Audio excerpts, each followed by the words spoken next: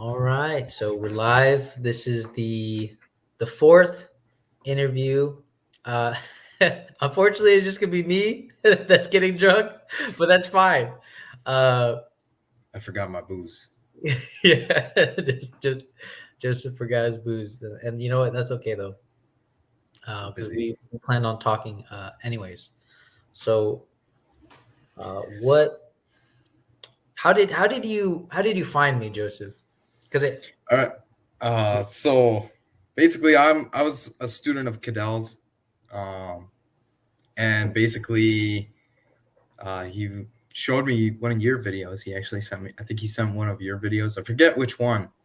I was like, oh, this is interesting. This guy, he's like doing something that not everyone else is doing, and he's just kind of like, you're doing your own thing, like you're not really paying attention to like the crowd necessarily. Like you're just, and that's what I appreciated about it, was like it's your own little corner, and whoever is interested is free to just walk in and kind of present themselves. And I thought that was really cool.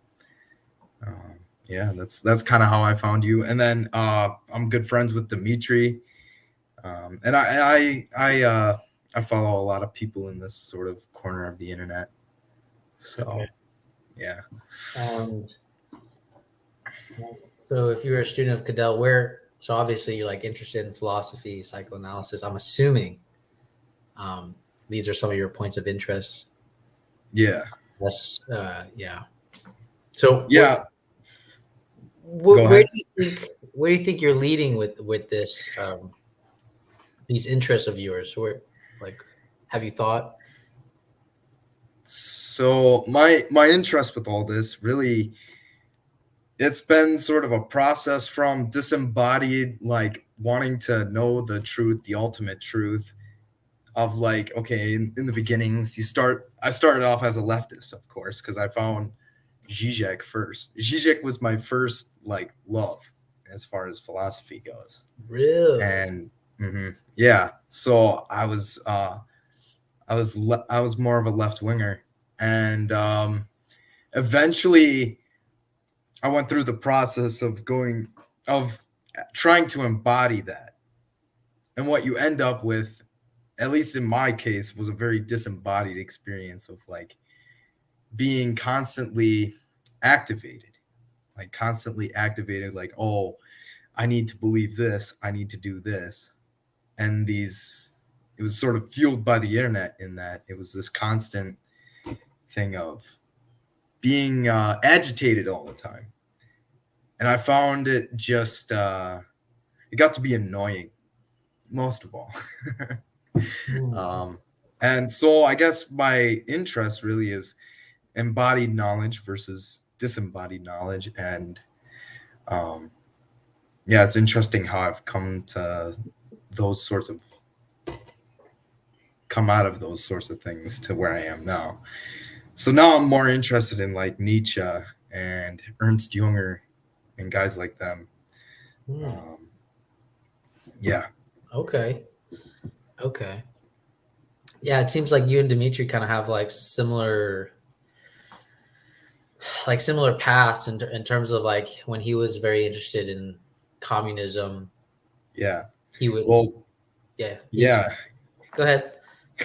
Oh, my bad. Like I'm very hasty. Uh he and I, we actually we did it together, basically. Like we like got into contact with each other through Cadell, because we were part of his men's group, and we ended up syncing perfectly together. And so um excuse me, I'm a little distracted. We ended up syncing up perfectly together. We actually found Alexander Bard's work together, and that's where his idea of like priest in chief kind of came in, where like you have different male and female archetypes, and priest and warrior are the two main ones. So our joke is that Dimitri's like the priest, and I'm like the chieftain, the warrior. So yeah, it's cool how that has worked out, kind of how we've like we both came from this history of like left wing activism, and then ended up both mutually interested in going towards the same things, just in our different archetypal ways. Okay, it's interesting. Yeah, because Dimitri was very into communism, and I see that you were interested in the. It seems like what happened was, like you said, that it got to a certain point where you want to react to so many things that now it actually reaches a point where you're tired. You don't even want to react to anything anymore. It could be, which is interesting because I think like my political view has always been that I need to instead of reacting immediately, I kind of need to simmer down a bit before I react to anything. And it's this idea of like patience that always, you could say it always eludes me. And I think actually as a man that's in the army or in any military, where that's kind of antithetical to the whole thing. Being patient is not really, I don't want to say it's not really taught in the army. It's kind of like, look, you got to hurry up. You got to do your thing. You got to finish the mission. You got to, there isn't time for you to really, you got to make a decision, and time for you to sit there and be like, let me just simmer in this event before I actually make a decision. But the funny part is like the way the military works in general is that, well, when you're when you're actually confronted with something, yeah, it's true. You probably shouldn't sit there and simmer in it. But of course, the problem is it's all about having the right judgment to be able to discern when you should do that and when you shouldn't do that. Yeah. And it creates an imbalance when you keep thinking that I should constantly keep reacting, Yeah. it out. Absolutely. I have a teacher, so a little I did like wilderness survival training, and my mentor, he always said, never rush that which must be done quickly. Like his thing was always, if you're in a situation where you have to do something quick, but you're in this state of like rushing, right? You're like, it's like this disconnect between your body and your mind, where your mind is saying go go go go go, and it's telling your body to go go go go go, and your body's just doing it, and you're not actually conscious about what you're actually doing, and that's when mistakes are made. But yeah, I do like your analogy of that to the military, because I find a lot of similarities between leftism and militarism and like the organization of the army in general. I think there you could make an interesting, like, you could write an interesting essay on like on the connection between those two, I feel like. So you also said that so you guys are Cadell students, and you guys join in the man, I think, was it, because I know he has a man group. So how is that like helping you guys? How is that like, what is it that well, first, what is it that provoked you guys to get in there? Because I know Dimitri's in there too. And what are the insights that you guys kind of achieved from that group? That's a good point. So Dimitri and I, we both found Cadell through our mutual interest in philosophy. And so Cadell basically just invited us both into his men's group, and we decided, let's give this a try, both on our own. We had no contact prior to us being in this men's group. And that's what's interesting is we both decided to go for this same thing. And so at the time, I was living alone by myself in Minnesota, and I guess it was like a virtual thing, right? It wasn't like a physical thing, but it was still able. It helped me just to.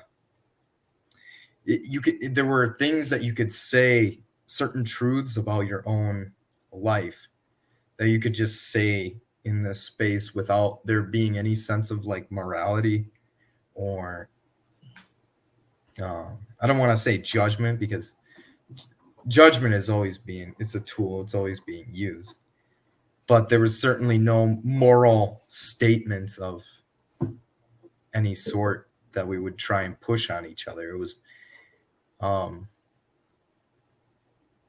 very syncretic. That's how I would describe it, as like you're all coming together and you just get to sit and you get to really be in the middle of it. That's the best way I can describe it. I really enjoyed those moments when we would just get really deep into something. Like we would talk about like our sex lives and how that had how that impacted the rest of our lives. Or we'd go into certain topics like that. And that's just so great to be able to sit there in that as a man, because oftentimes at least in modern society, I think we're more focused on competition rather than cooperation with each other. Okay. Yeah, no, that makes sense. Do you feel like before the men's group that, like, did you really feel that there was competition before, or or is it that it was kind of like an after realization that once you joined the group, you start realizing that actually there was a lot of competition without you really realizing it? Yeah, I'd say that's true. That's more. It's like you get to finally bring conscious all those like behaviors that you never were able to really look at in your own way. Like there's room for critique in a men's group, but it's not like this shameful morality. It's more like, oh, hey man, this is what you're doing. Like maybe you want to look at it this way, or maybe you want to approach this problem this way.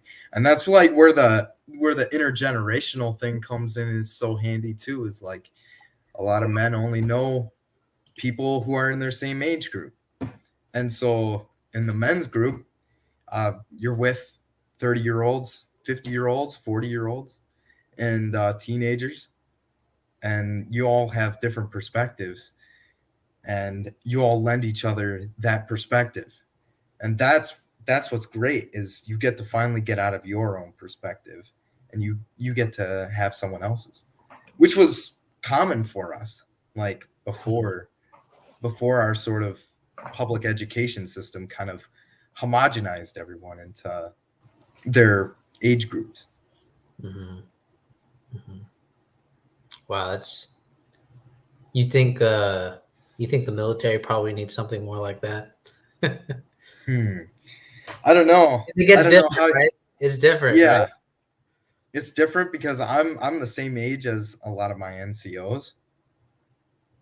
So there's also that's that weird thing of like they're your peers, but they're not your peers. And then you have it's very weird. Like there's oddballs all over the place, where like you have the 28-year-old guy who just decides he wants to change his life or whatever and joins the military. Or you have the 17-year-old who had to get a waiver signed to join, So it's weird. It's all over the place. Yeah. It's actually really, for me, my experience, it's always been interesting, because I always like seeing the dynamic of there's this young NCO and then the young NCO has like this really old ass like specialist, you know, like Yeah. this old ass like private. He's like in his almost like in his 40s, and that Yeah. interaction is always fucking interesting to me. Yeah. Yeah. Yeah. I remember hearing like one of my friends' fathers, he would always tell us like stories when he was in and his war stories and stuff. But he was 17, and he talks about having to lead 22, 25-year-old men into action. Like, it's crazy, you know. But it's always interesting. So, what's your like what's your philosophical view now? Oh boy. What do you think? What And do it's I not. I think? mean, I know that in general, it's not Zizek anymore. It seems like. Well, Zizek has his place in the Okay. pantheon here. I Okay. mean, So he I has. don't like to I don't like to dismiss people necessarily. They they all like tell you something about history in some sort of way. Mhm. Like you're basically getting to see the historical thought process and how and its future. So I guess my what I'll say my philosophical stance here is we'll see. I guess if I had to pick like a philosophy right now, if I had to identify like right now in this moment, Yeah. I'd go towards something like a Nietzschean vitalism is how I would put it. Vitalism. Okay. Hmm. Actually, ironically, I've always liked vitalism. Yeah, it's nice, isn't it? Yeah, yeah, it is, and it's funny because there's something about people's temperaments. It's always interesting to see because for me, as many logical arguments people can make or whatever the case may be, there's always a part of me that's a little bit glued to Platonist thinking. Yeah. Hmm. and, and you know, and the funny thing is, I'm always understanding when people don't like the thinking. And for me, I'm like, yeah, that's fine. You can totally disagree, Hmm. totally not like it. But there is something about the idea. There is something about. I mean, I'm not talking about just Platonist thinking, but just ideas in general that kind of give you like spiritual energy to live. You know, it Yeah. also it reinvigorates your way of thinking and a new mode of living. Yeah. You know, and that's what's always fascinating to me is that, you know, and of course the question is always like, well, is this a sustainable way of living? Is this a Yeah. sustainable life Yeah. view? Um, but regardless, it's undeniable that there are certain ideas, certain philosophical thoughts that just give us so much, you know, for better words, like life energy. Yeah. Like a zeal almost. Like Yeah. like I can almost say like it makes life look beautiful again, Yeah. hopeful. Yeah. I think that's where like religion and philosophy, that's where like those two meet though, isn't it? In how they make you act and how they make you feel that energy. No, absolutely. It's interesting. So I'm curious, what's your we're talking about religion now. Oh, What did you get brought up in any Christian, like any religious association, anything? yeah, I was born a Roman Catholic. Oh, Um, how was that?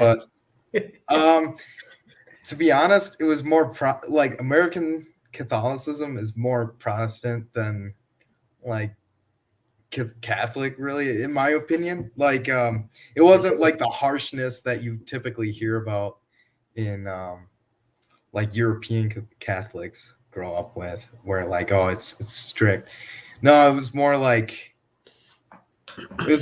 defeated Catholicism, Americanized like Catholicism. That's how I'd put it. um, yeah, so I was Roman Catholic, and then I rebelled and became an atheist, of course. But the atheistic, I think the atheistic urge is really just an urge for a real religion. You know, Okay. I think it's like an urge for a truthful religion instead of something that tries to just persuade you why you should be in their religion. You know what I mean? Yeah. I understand what you mean. You know, there's an aspect that, like, it sort of feels like inevitable that people will always try to sway you into their religion. Mm-hmm. But what's fascinating is that I remember when I was getting like interested in Islam, I remember a Muslim told me, he's like, "Hey man, he's like, I just want to remind you that whatever you see the Muslims do, don't look at that as your religion." You know, and it Yeah. was kind of weird reflective moment because it was this idea of that you can look at it like this, right? The army has its standards, or the Marine Corps has its standards, right? Yeah. But in actuality, very few people actually live up to those standards. Yeah.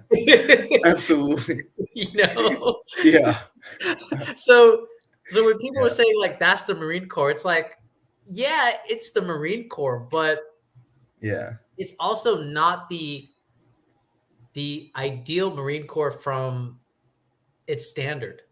Yeah. The textbook. It's not your textbook Marine Corps. Yeah. Yeah, exactly. Because it Yeah. requires it has an ontological requirement that most people can't meet. Yes. Yes. I think that's a useful thought, because isn't that just what like all of these religious fundamentalisms is just trying to having that idea and then so desperately trying to go towards that idea. Yeah, it's also it's that plus having no sympathy for people that can't reach that idea. Yeah.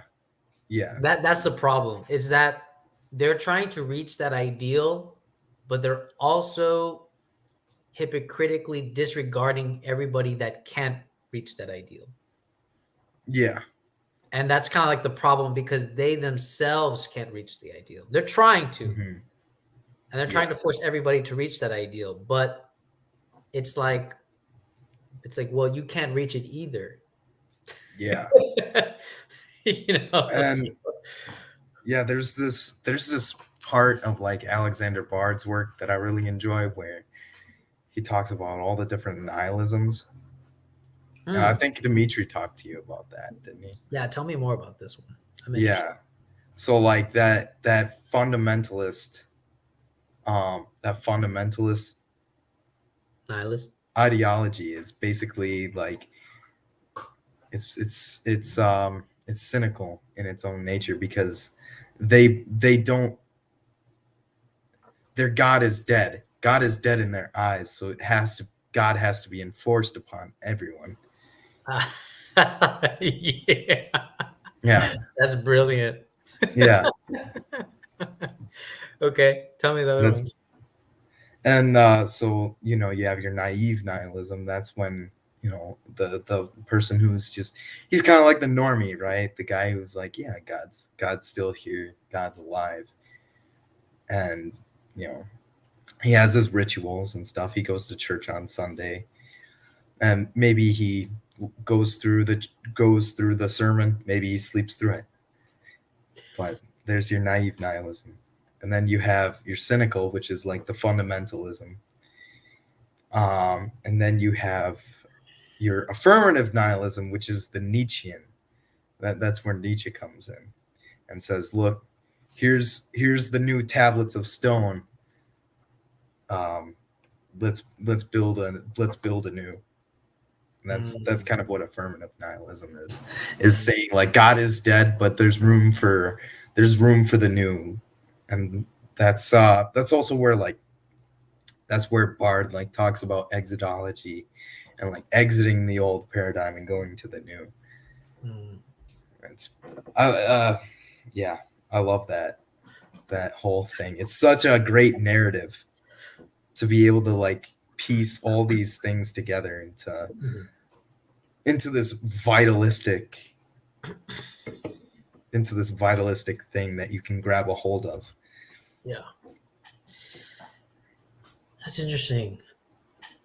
Because actually, recently, I've been doing like so I'm very fascinated by religion in general. Yeah. I've read from like the Bhagavad Gita to like the Dhammapada, the Quran, stuff like that. Mhm. What I think it's interesting because I feel like I can actually attach the inverses to everything that Bard said. Yeah. Is that, you know, it's funny because actually the believer is the naive nihilist. Mm-hmm. And it's typically when someone believes in a religion that they stop progressing. They no longer want to overcome anything. Yes. And actually, what's funny about that is that in the Quran itself, it actually provokes you with an ontological requirement, meaning that it says explicitly that you have to praise God until you are certain. But the funny part is that there is no marking to where you could be like, yes, I'm certain. In fact, Yeah. there is no Yeah. marking where it could actually say that by the end of my life, I will be certain. Yeah. Yeah. And There's no so, guarantee. No yeah, guarantees. there's no guarantee. And so I think what's actually interesting is that this idea of the affirmative nihilist is actually the inverse of what Ibn Arabi would call the aiming for the ideal perfect man. The perfect man is attempting, in some sense, to actualize and constantly overcome every spiritual station. Mm-hmm. So, but the thing is about the paradox about the spiritual stations is that there is no end to the No. spiritual stations. Yeah. So, I think it's fascinating because actually, you know, the naive nihilism has its counterpart, which is like the naive believer, Yeah. where And yeah, go ahead. yeah, that's how God dies, though, is like that naive nihilism kills God. Yeah. Yeah, and the naive believer doesn't know that God is dead for them because in No. essence, they already killed God because they stopped believing a long time ago Yes. because they no longer Yes. try to affirm anything. That's the Mhm. problem, is that they no longer try to affirm anything. Yes. Yeah. Yes. And so, because like, was it? I've been really getting into, was it like perennialism? It has its downfalls, but perennialism basically points to the fact that every religion has its actually points to a primordial source, Mhm. right? And every religion is basically looking at something from a different lens, but it's all coming from the same light, if that makes any sense. So Yeah. basically, think about all the variations of color, but color itself is a reflection of the light itself without color. Yeah. Uh, and Ibn Arabi kind of looks at understanding God in this fashion like this. And so as I'm spending time learning about religion like this and the more esoteric side, because the exoteric side is exactly what will find yourself in the naive believer aspect. Mm-hmm. If you dive yourself into the esoteric side, you actually find the inverse of the affirmative nihilist. Yeah. You Yeah. know, which is kind of fascinating because the person that's into the esoteric side understands that was it Eckhart? He says something brilliant. Master Eckhart says something brilliant. The mystic Christian. He says, Mm. he goes, every day I pray that I can let go of God. That's He that's says good. every That's a day. good one. That's a Yeah, he good says one. every day I pray that I can let go of God. And it's this aspect of that in reality, if you are content with finding God, you actually haven't found God. Yeah. The whole point is to constantly find God and let go of God. Yes. That's what keeps you going. Yes. Yeah. And that's like, for me, that is like the brilliant part about the esoteric side of the understandings of the mystics, because a lot of people, and I think a lot of people's understanding of religion is actually against the shell of religion itself, which I don't blame them, because I mean, honestly, I had the same experience. I was born, was it Seventh Day Adventist? And let me Oh, tell you, wow. Holy smokes. yeah, that shit was rough. Wow. Wow. Yeah, I don't envy you there. I've heard some wild things about them. Maybe it's just Catholic propaganda, but But go ahead, tell me. aren't the Seventh Day Adventists like? Isn't that like the? It's polygamous, isn't it? No, No. not from the what? No, not from what Okay. I was. No. Okay, then it is Catholic propaganda. Hmm. Yeah, maybe it was. I've never heard that before. Yeah, wait. Who was the David Koresh? Wasn't he a Seventh Day Adventist, and then he created his own little sect? I'll be honest. Like, I was Seventh Day Adventist by being told to be, but Hmm. as far as I know, from the churches that I went to, nothing. Nobody spoke of polygamy. Oh, all right. Yeah. Well, Nobody spoke of polygamy.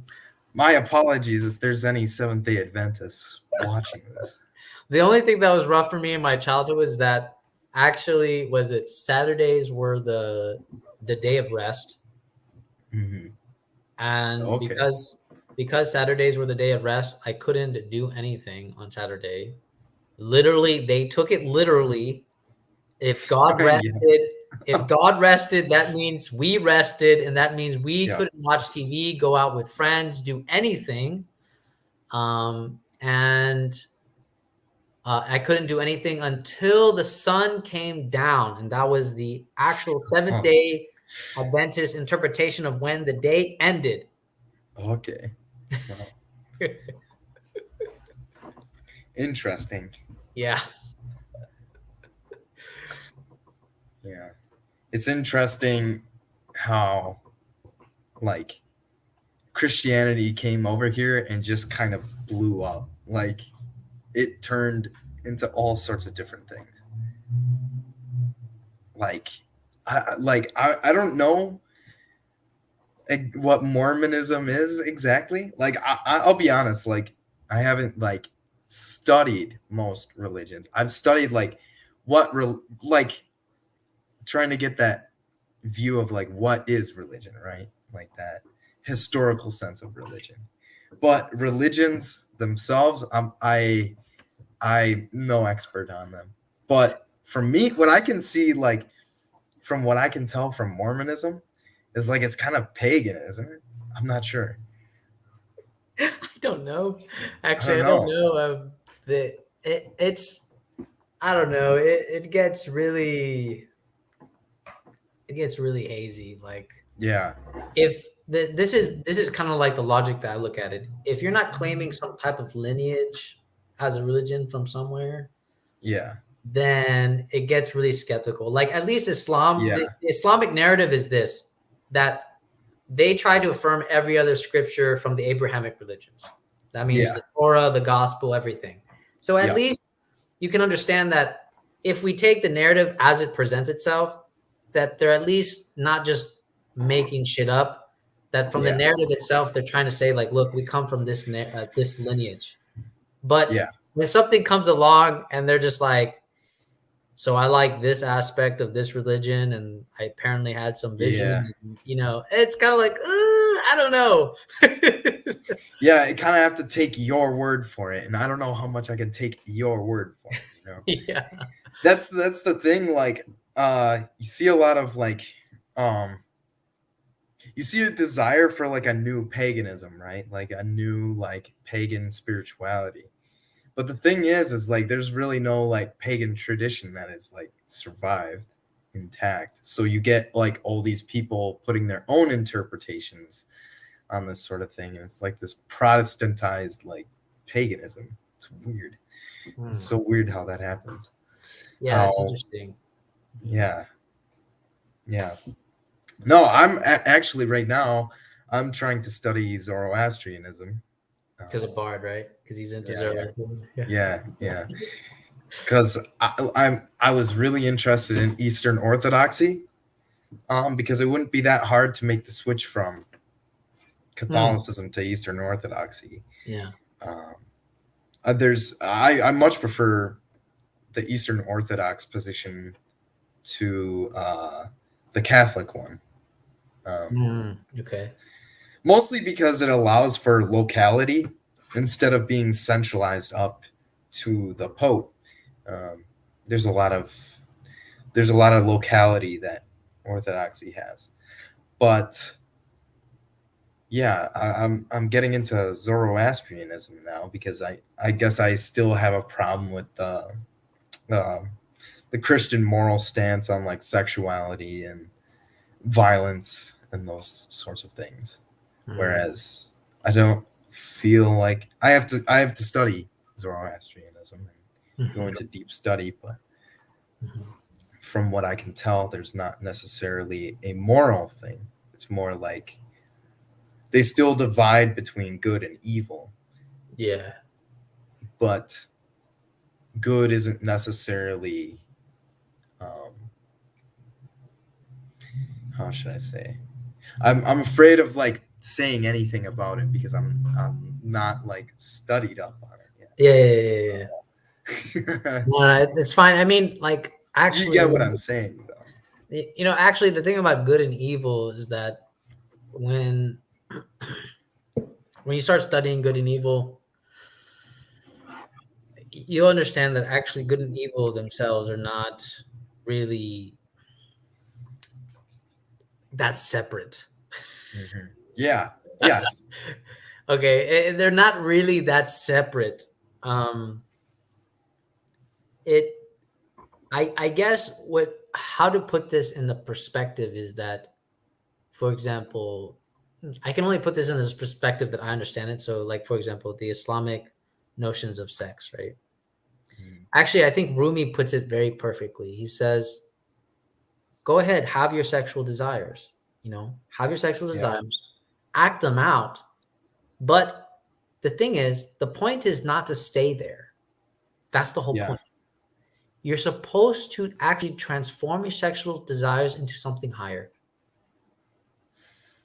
Yeah. And what people don't understand is that they want to paint it black and white.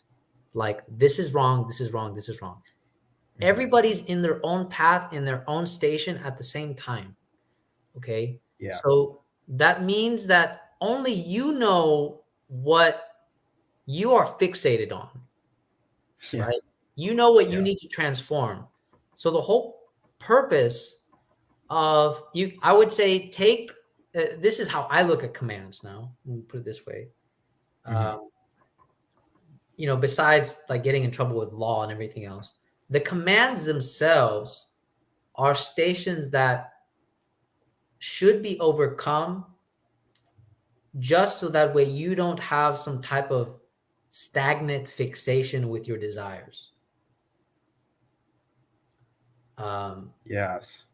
So because it's something very hard to explain, because most people will be like, wait, what do you mean? Like, Mm-hmm. you tell me to deny my desires? No, I'm not telling you to deny your desires. I'm telling you, do your desires, obviously without getting in trouble, but Mm-hmm.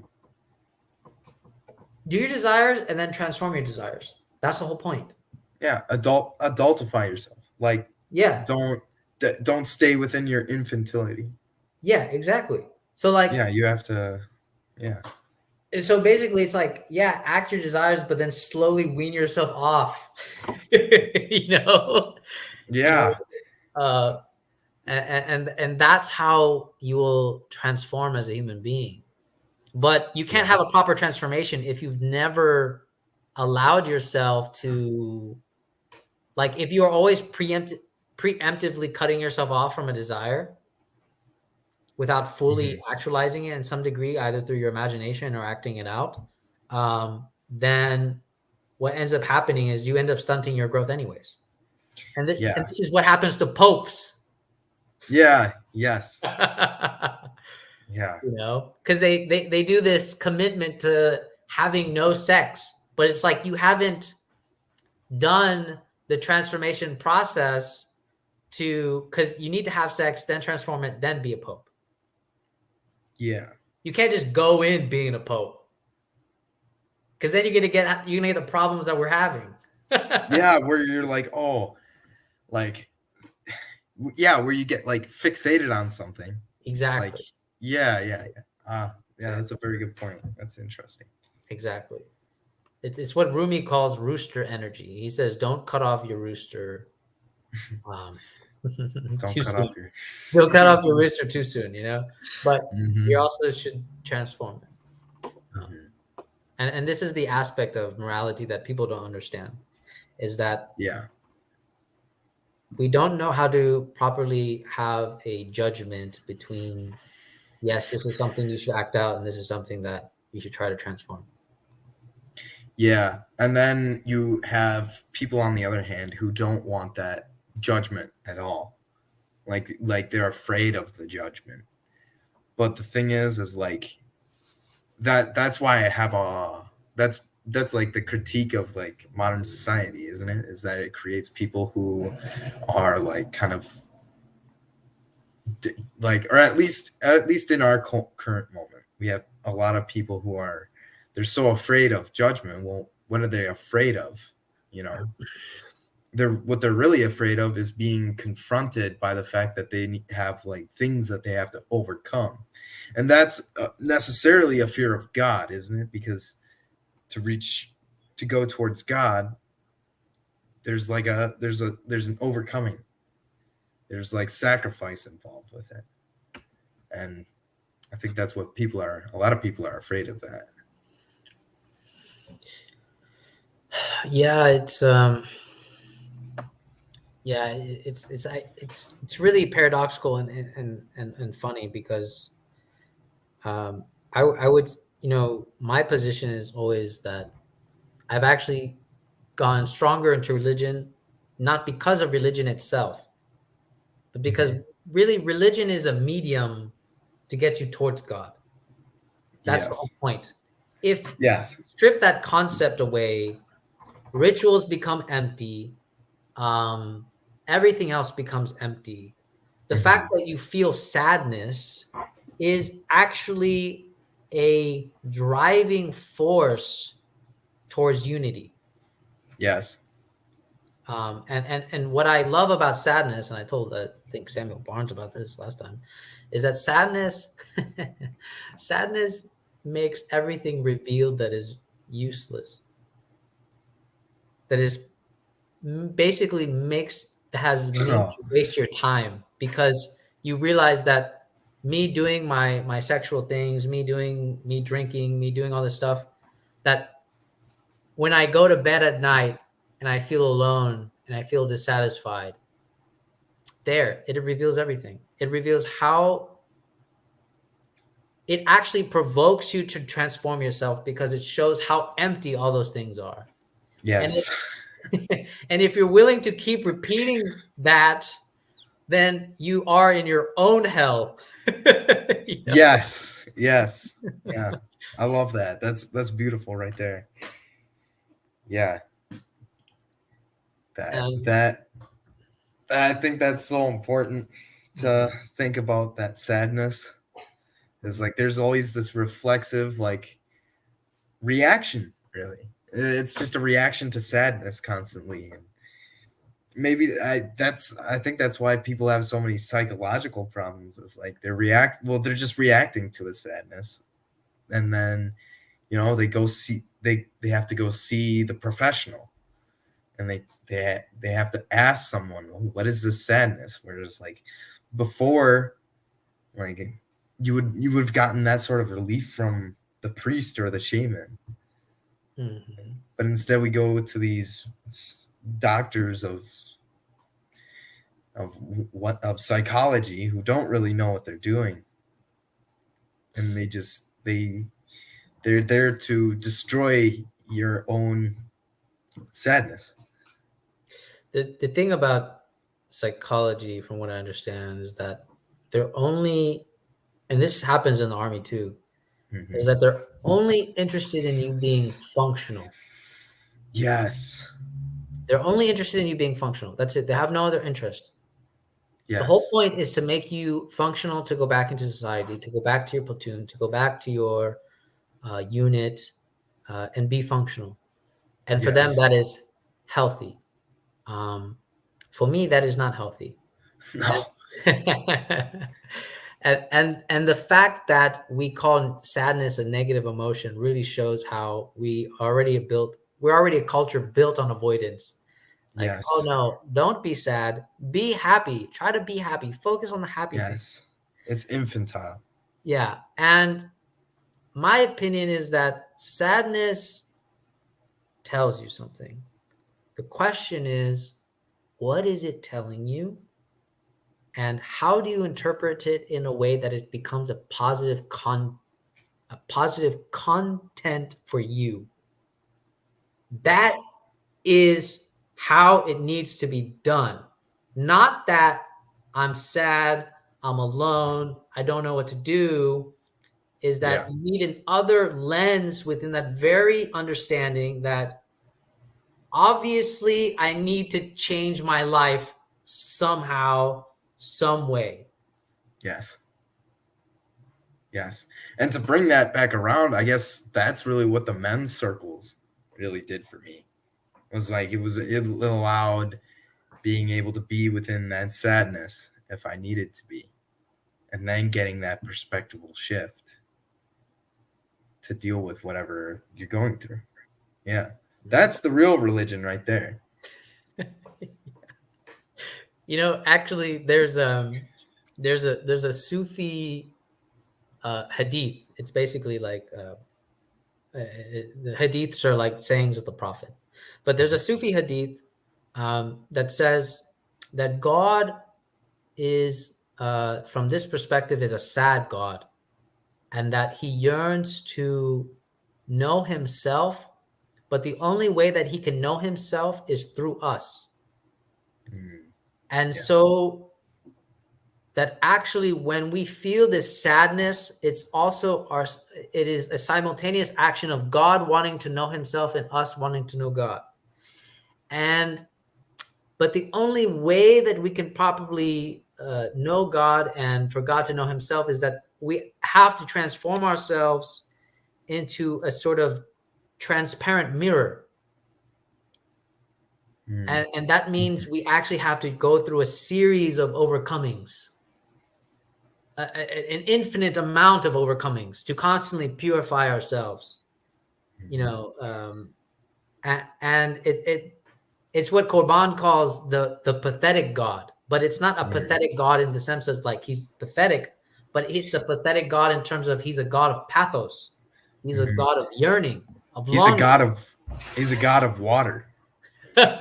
Water. That's what the reflective mirror is, or the transparent mirror is. It's water. Mhm. So yeah, that's cool because, man, I like. I was gonna go somewhere with that. Yeah, go I ahead. thought God as water, like it, but isn't water very kind of?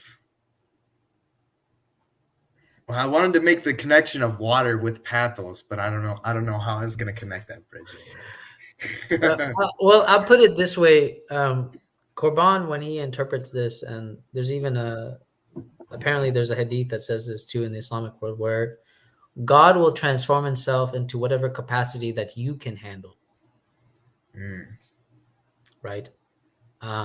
And a lot of the perennialists actually accept this kind of idea where the person can only has the person itself has a certain receptive capacity.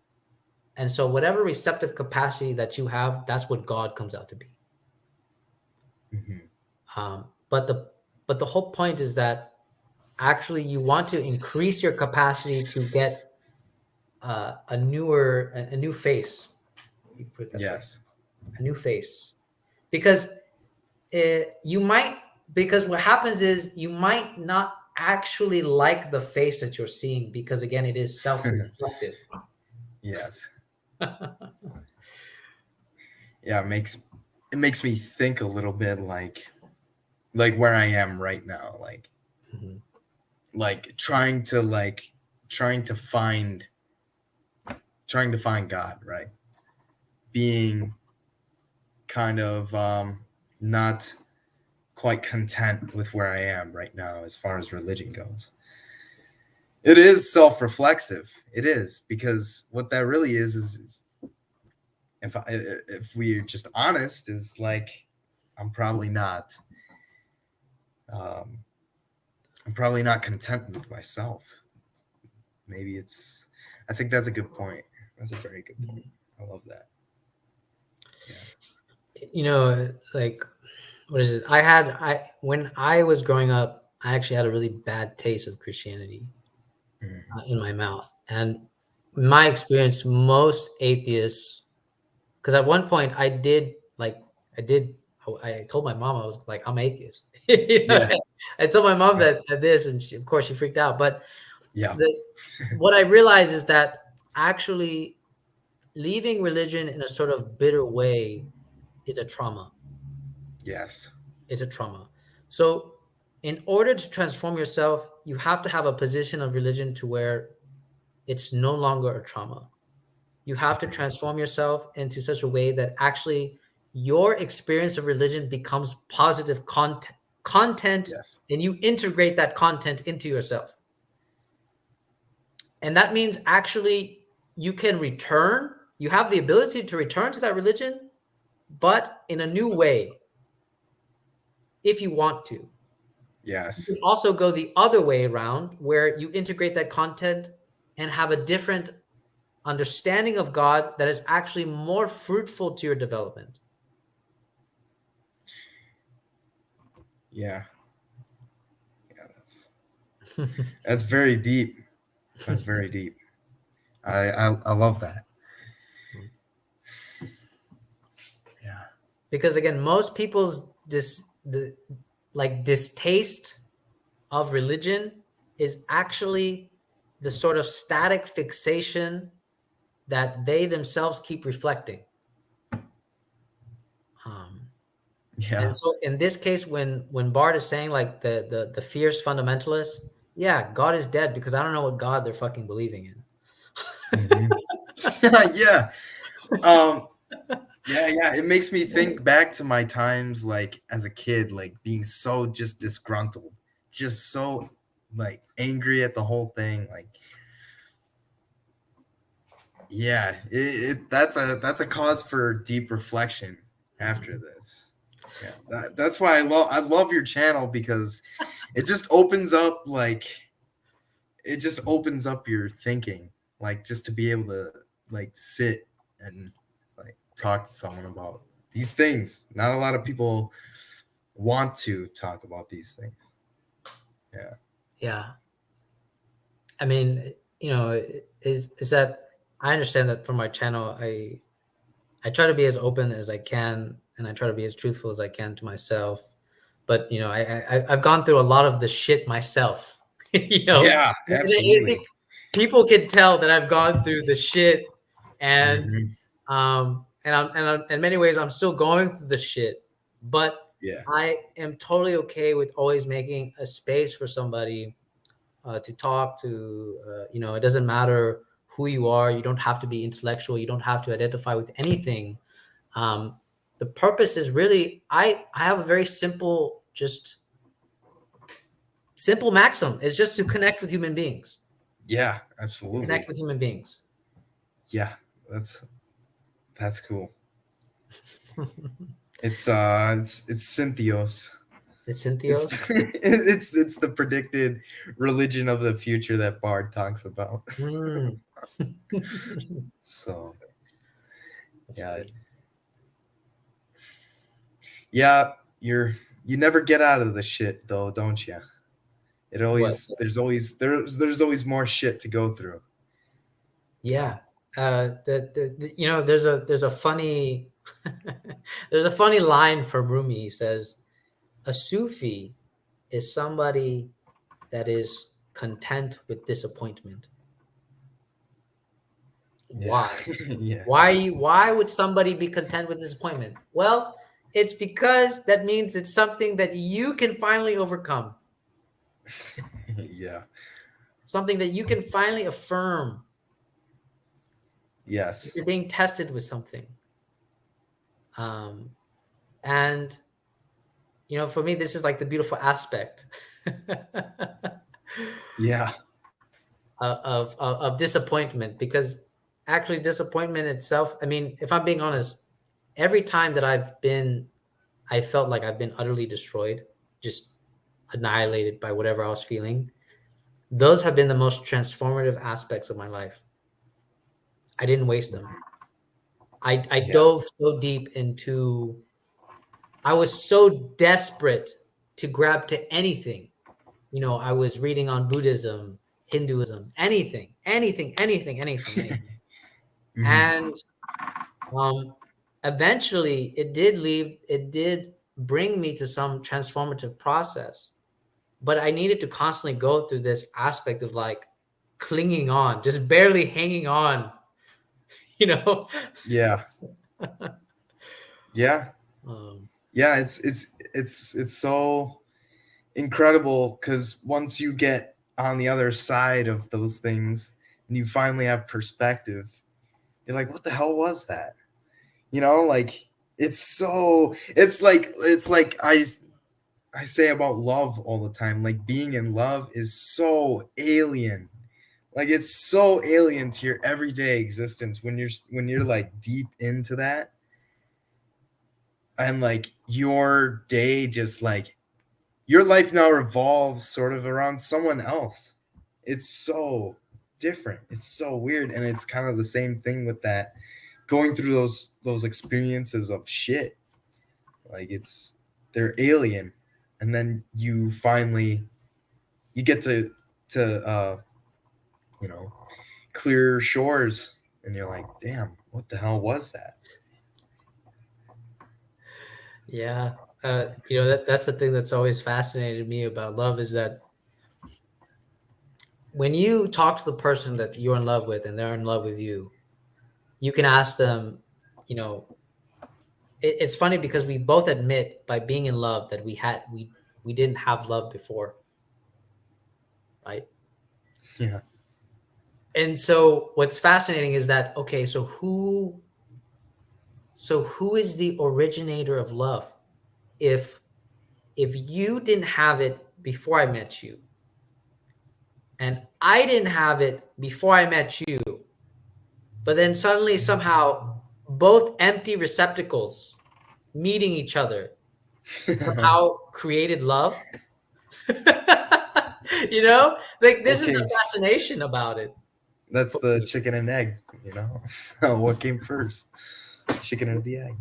This is the fascination about, like, how did we claim to both lack love when now Yeah. we're so abundant with it?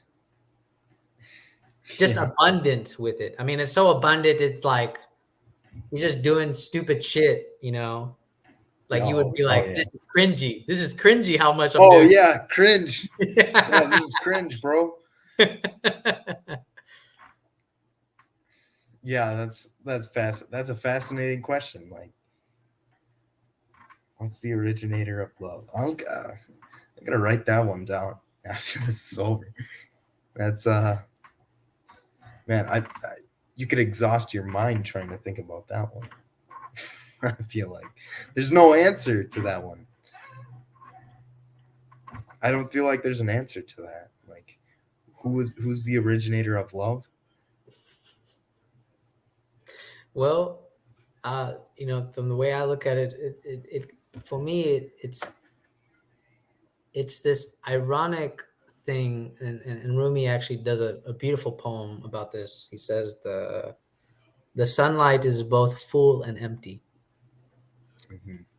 And what's funny about when we're trying to ask where is love originating from, imagine in a sort of symbolic way that we are rays of sunlight. Rays of sunlight cannot itself be the source, but they are at the same time emanating from the source. Yes. The question, I mean, the Sufis would tell you the light itself is being and it's God. Hmm.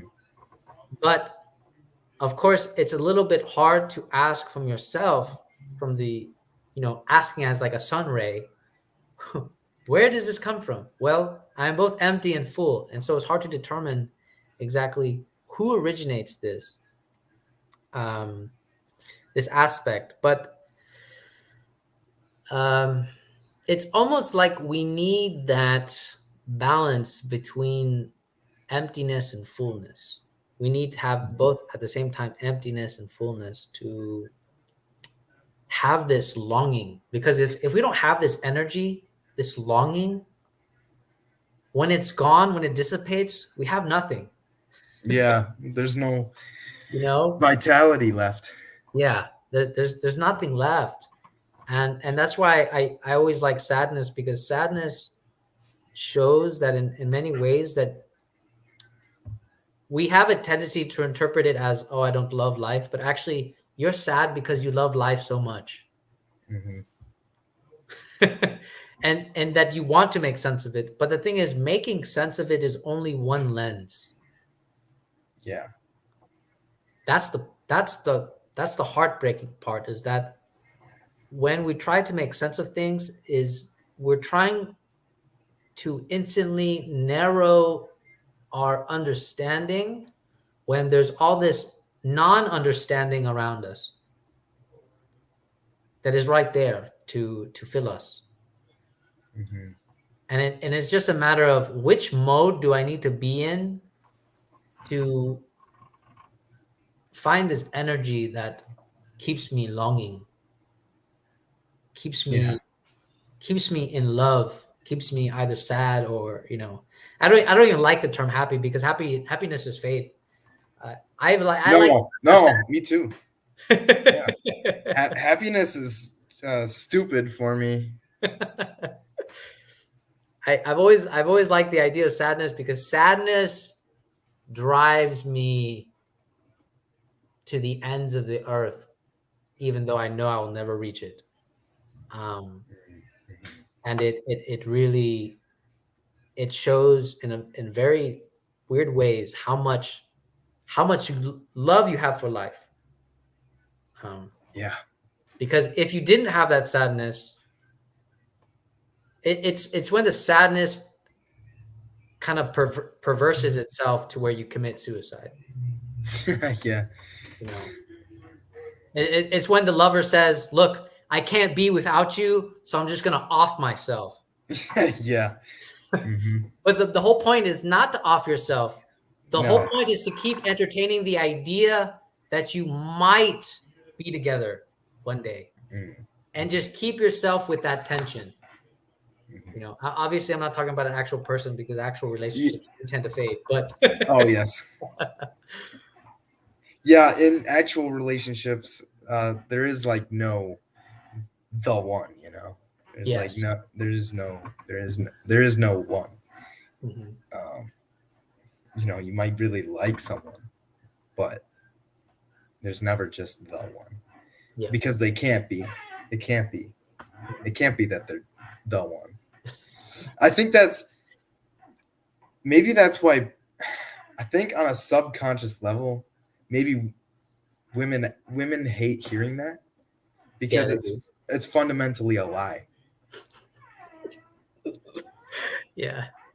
Yeah, they do because you know what's funny is that we can okay, let's just play the game, right?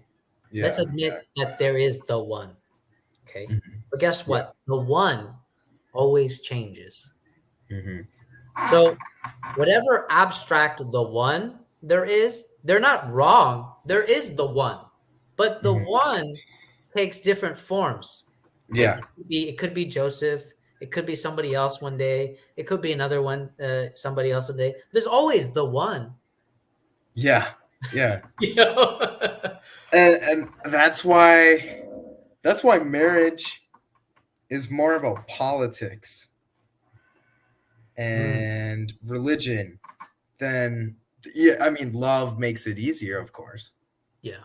but at the end of the day, it is a political and religious social arrangement. Mm, mm. Yes, I would say that it has turned that way. Of course, it is the externality of religion and politics. Because I think my mother always told me, she's like, "Well, you can't just marry anyone." And I was like, "Why not?" And she's like, "Well, if they're a different religion than you, then that's going to cause a lot of friction, Hmm. right?" Uh, Right, right. but it's funny enough, as I've grown older, whatever religion I commit myself to, I Hmm. wouldn't impose upon that to anybody. Um, Hmm. I wouldn't impose that upon my wife or my children. Now, if my wife says, "Look, I want to raise my our children Jewish," I'm like, "Okay, fine." It doesn't bother me, but they are going to Yeah, get curious about why their father is doing something radically different. yeah, yeah. Um, one of my best friends, his father actually did something very interesting, which Hmm. was that he actually had his religious view, but he raised his kids in such a way that they never knew his religious view Ah, until later. Like they were like almost 24, 23, that's and interesting. and then literally my best friends asked their dad, they said, "Why didn't you tell us?" And he said, "Well, I didn't want you to be influenced by my beliefs. I wanted you to experience the world and, come Hmm. to these beliefs of your own accord." And they Interesting. did, and they did. That's really interesting because that's a matter of faith right there. You're putting a lot of faith into your own children. That's a deep sign of trust, and maybe that's actually the way forward is not to. It's like that's a huge affirmation right there.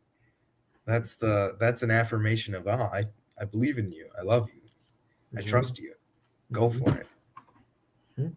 That's Man, I'm glad you brought that up because in my own relationship, like I'm like, we're talking about like what how would we raise a family? Like what are at least our views on it, you know? Yeah. And it's for me, it's like that part right there is like I don't want to have a firm grip on anything, right? I don't want to be like, no, this is it right here.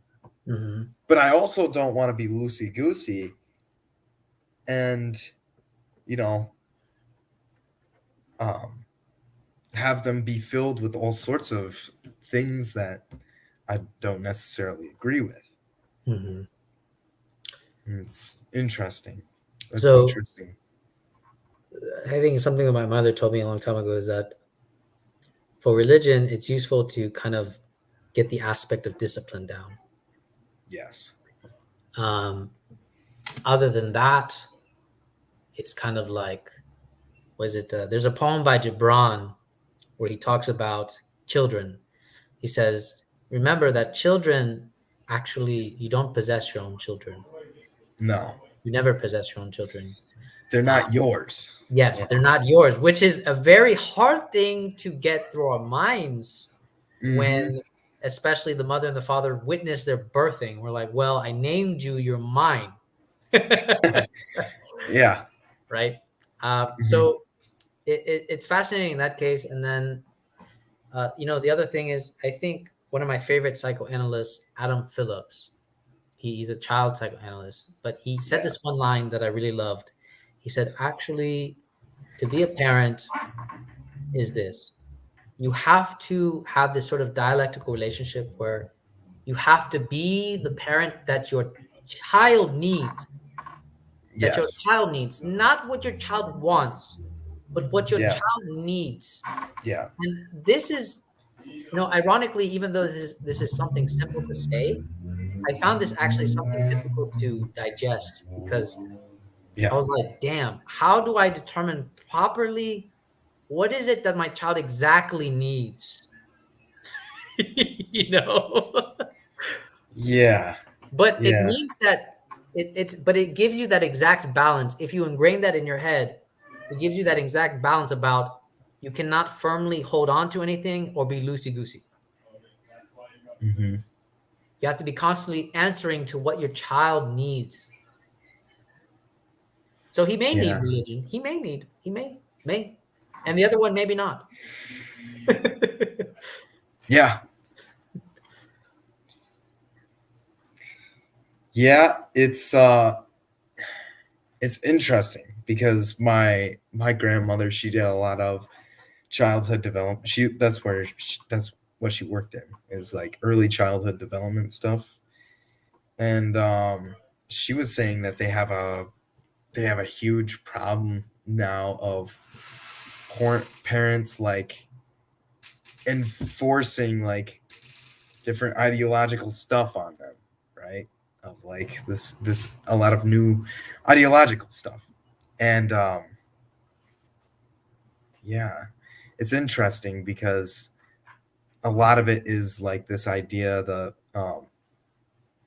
like, oh, they're making up their own mind, but in reality it's like being pushed upon on them by these parents, these zealous parents.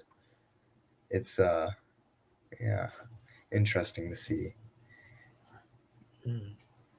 And that's like where my distrust of like public school system comes from, is because like the teachers, even if they do think it's wrong, they can't do anything about it. And then all of a sudden you're raising your kids in this atmosphere where, yeah, Mm. this weird atmosphere. Like they my grandma said like there was this one kid who was confused if he was even a human. Like he would walk around with cat ears and dog ears, and like, and I'm sitting here thinking like, what's going on? Like, like, So I think, what is it? I'll give an example of like a very simple ideology, like believing in Santa Claus. Believing in Santa yeah, Claus is an ideology that every single child gets exposed to eventually.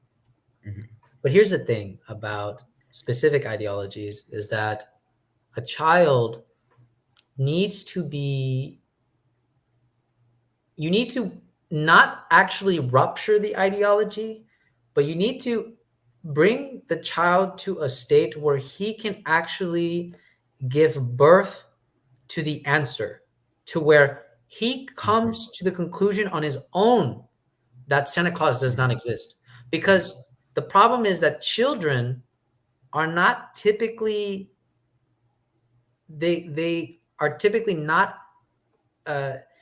sensitive enough to actually, well, they are sensitive enough. It's the fact that they're too sensitive enough to actually accept the answer. Mm, And this could be detrimental. yeah. And so whatever your child, let's just say your metaphorical child is going through, the point wouldn't be to rupture the ideology right at hand, but Yeah. to actually make an environment to where your child can give birth to the answer himself. Yeah. And this is very important because, it's very traumatic for specific children that if you just tell them like, look, Santa Claus doesn't exist, they will remember that shit forever. Like, that shit Yeah. will be like the most traumatic aspect of their lives. Right? Yeah.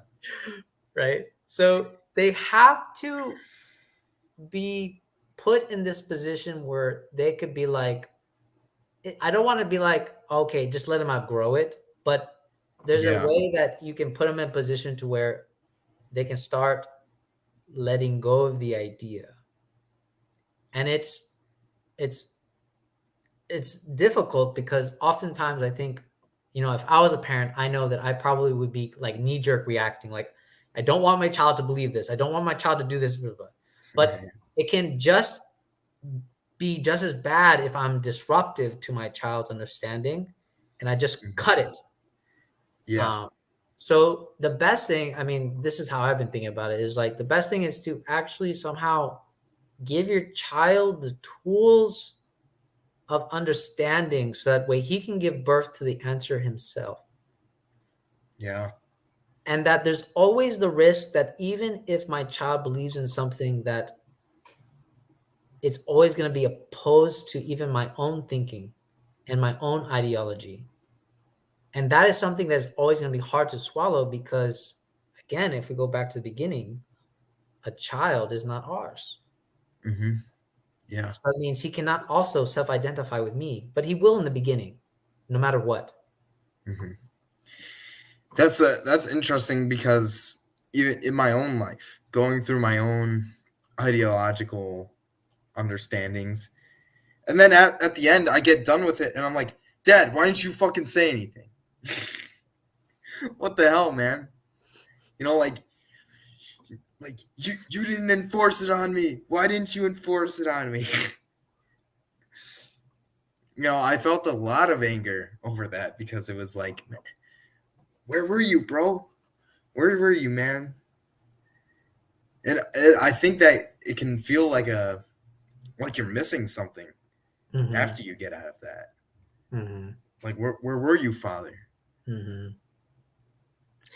Yeah, it's one of those things where, for example, I always look at it like this.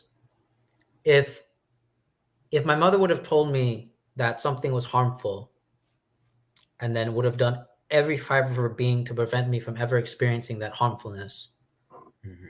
I would never be able to understand exactly what the hell she's talking about. Yeah. Right. And then I would always, it's a double-edged sword, because if my mother would have continuously stopped me, then I would have been spiteful. Yeah. Right? Because I don't understand. And then Yes. if I go through it and then I'm like, oh, Mom, why did you let me go through this when you knew this was going to happen to me? Mm-hmm. I become spiteful anyways. But the reality is that actually, it in some sense, if it doesn't take away your life and it doesn't get you in like serious trouble, in some sense, you have to experience the journey in order to understand why you shouldn't have done that in the first place. Yeah. You have to. It's the whole point. Yeah. Because how else will you be able to transform yourself if you're constantly fixated on something that you've never experienced? Yeah. Yeah. That makes it. That Because it makes stunts total your growth sense. if your father would have prevented you. You would have just been fixated on it. Like, Dad, let me do it. Yeah. Dad, let me do it. Yeah. Dad, come on. Yeah. Why are you being like this, Dad? Dad, let me do it. Yep. Yeah. I mean, it's like being told not to smoke, and and then you pick up, and then you steal your grandpa's cigarettes or something. That's an example. Oh, geez. I mean, there's only one way that I could think of that maybe could, help a child understand to prevent them from going through the agony of it, is that you just tell them, like, look, I'm not going to stop you, but I just want you to understand that if you do this, this is what's going to happen, Yeah. And like, that's what's going to happen. I'm not going to stop you, but this is what's going to happen. Yeah. That teaches them to respect you too, because when what happens does happen, they're, oh, I guess Papa wasn't too stupid after all.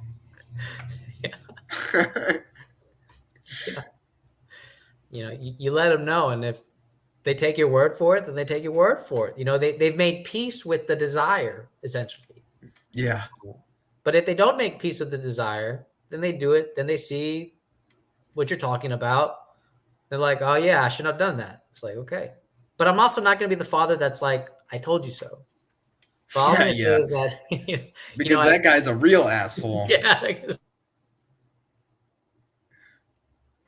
This is something that some things just need to be experienced, unfortunately. Yeah. I think as parents, or because I know from my own mother, is that she tries to prevent you from experiencing a lot of things. Yeah. But the reality is that you could probably prevent maybe a couple of things. And other than that, yeah, that's it. So.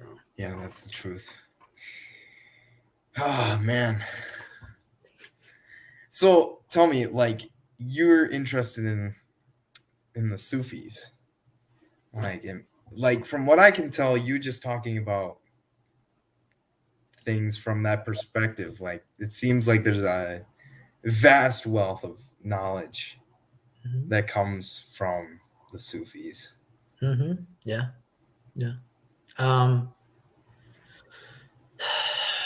Well, I think, what is it? One of my favorite poems from Rumi was like, he talks about the way love transforms itself, and they typically paint it as a metaphor of like a caravan moving. And then Rumi says right at the end, this is like, my only religion is a religion of love. But yeah, I mean, I am sympathetic towards it, but at the same time, I also feel like it's an area of knowledge that people no longer entertain, or they just have completely forgotten about it. So I've been doing a lot of efforts to kind of revive that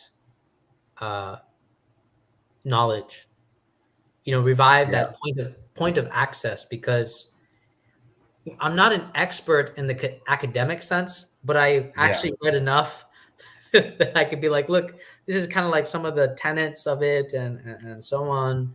And, because I'm also from a position of understanding that I'm not interested in proving God. I'm interested in actually making somebody capable of God, which is a whole different idea. Yeah.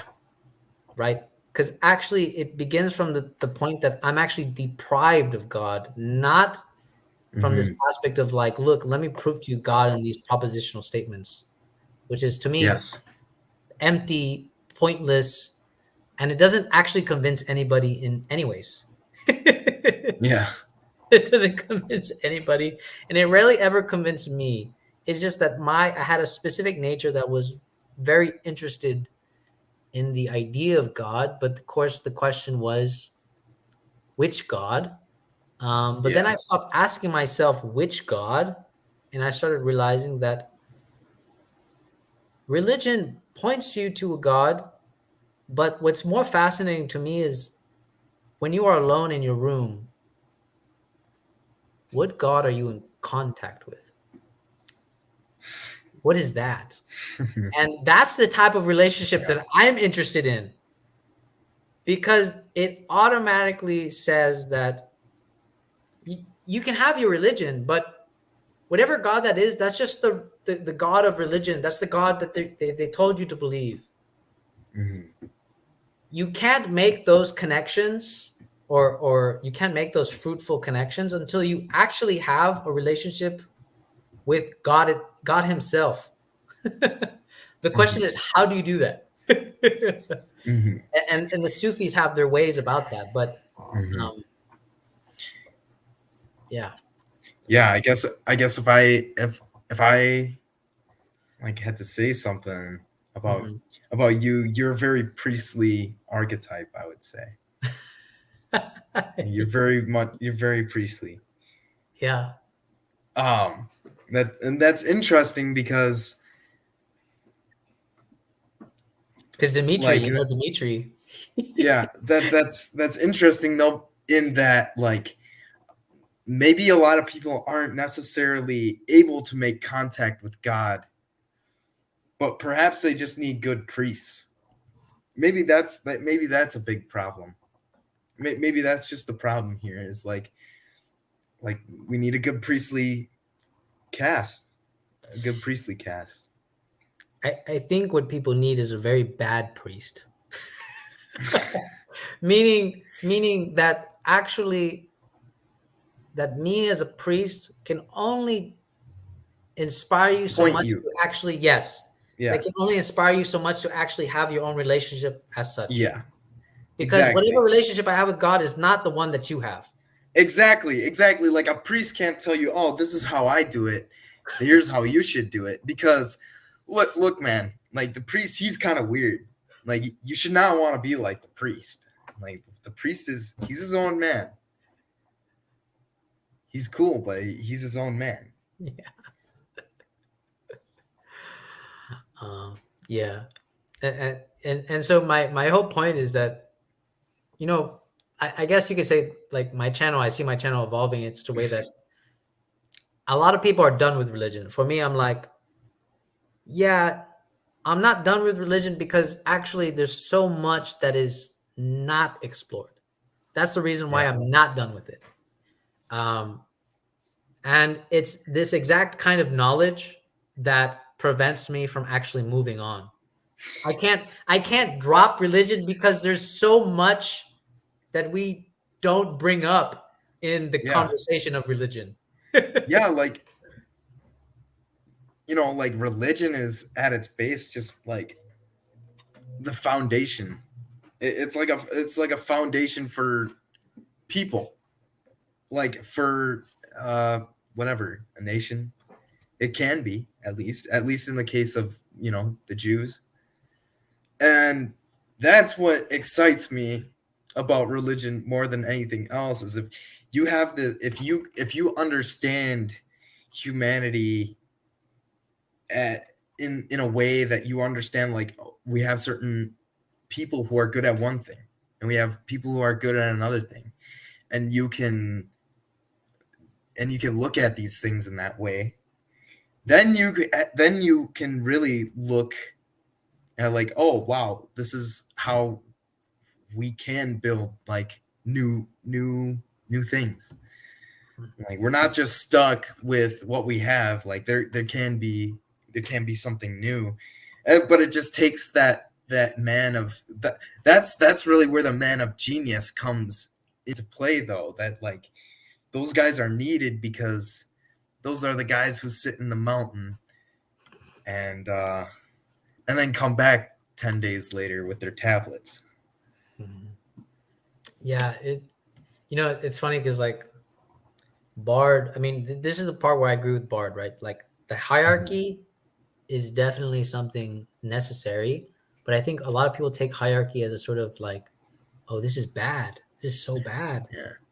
It's not something bad, so to speak.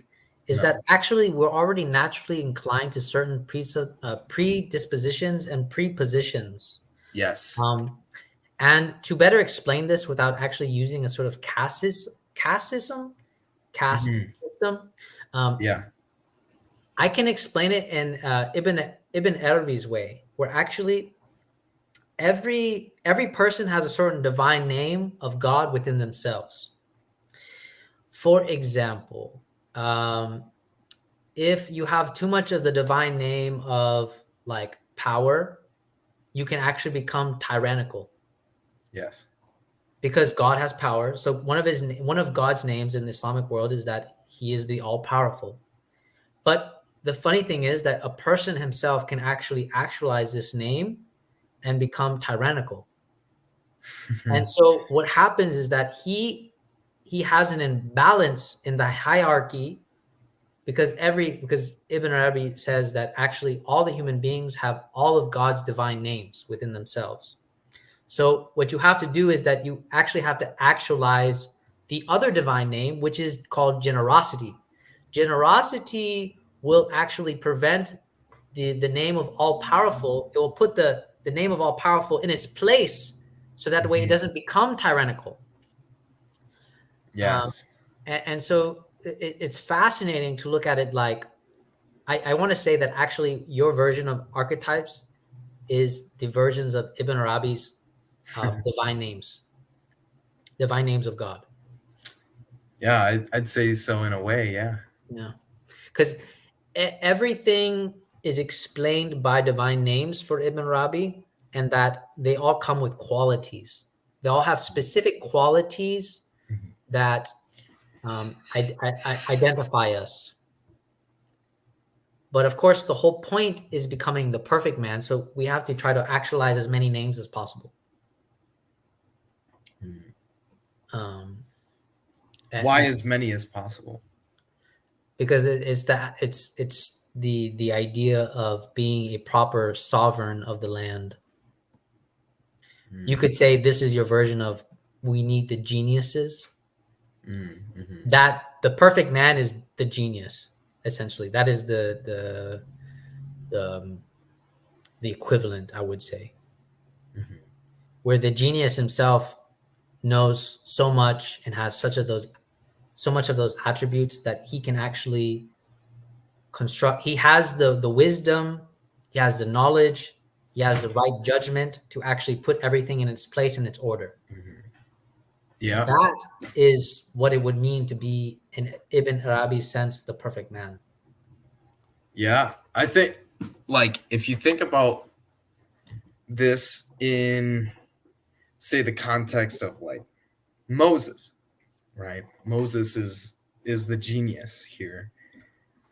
And then but you have not only Moses, but you have all the other characters um, that are along with him and Mm-hmm. who help actualize his project. Mm-hmm.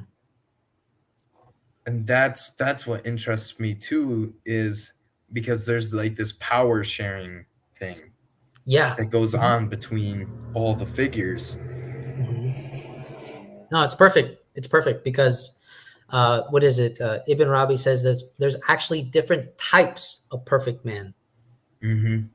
and it's important that we have different types of perfect man, um, because what is it? One of my favorite stories in the Quran is actually Moses has an interaction with this guy named Khidr.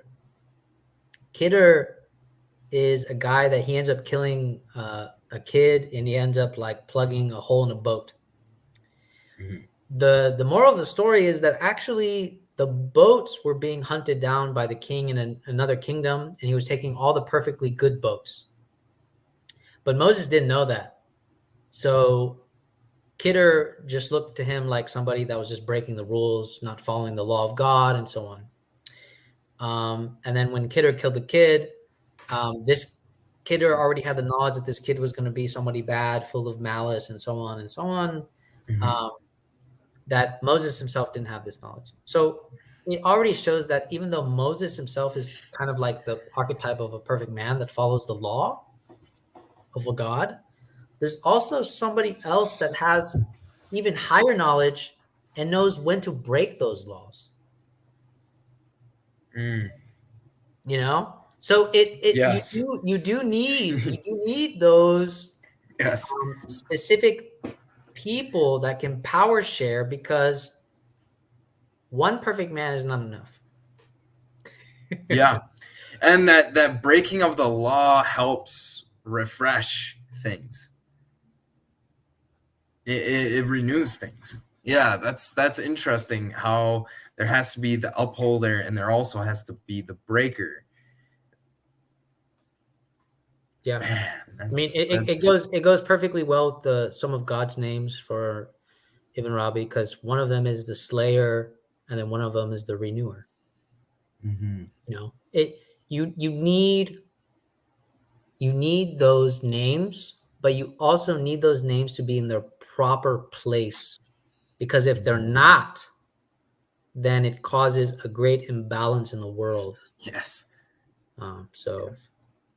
the whole point is actually having the right judgment to when to do these things.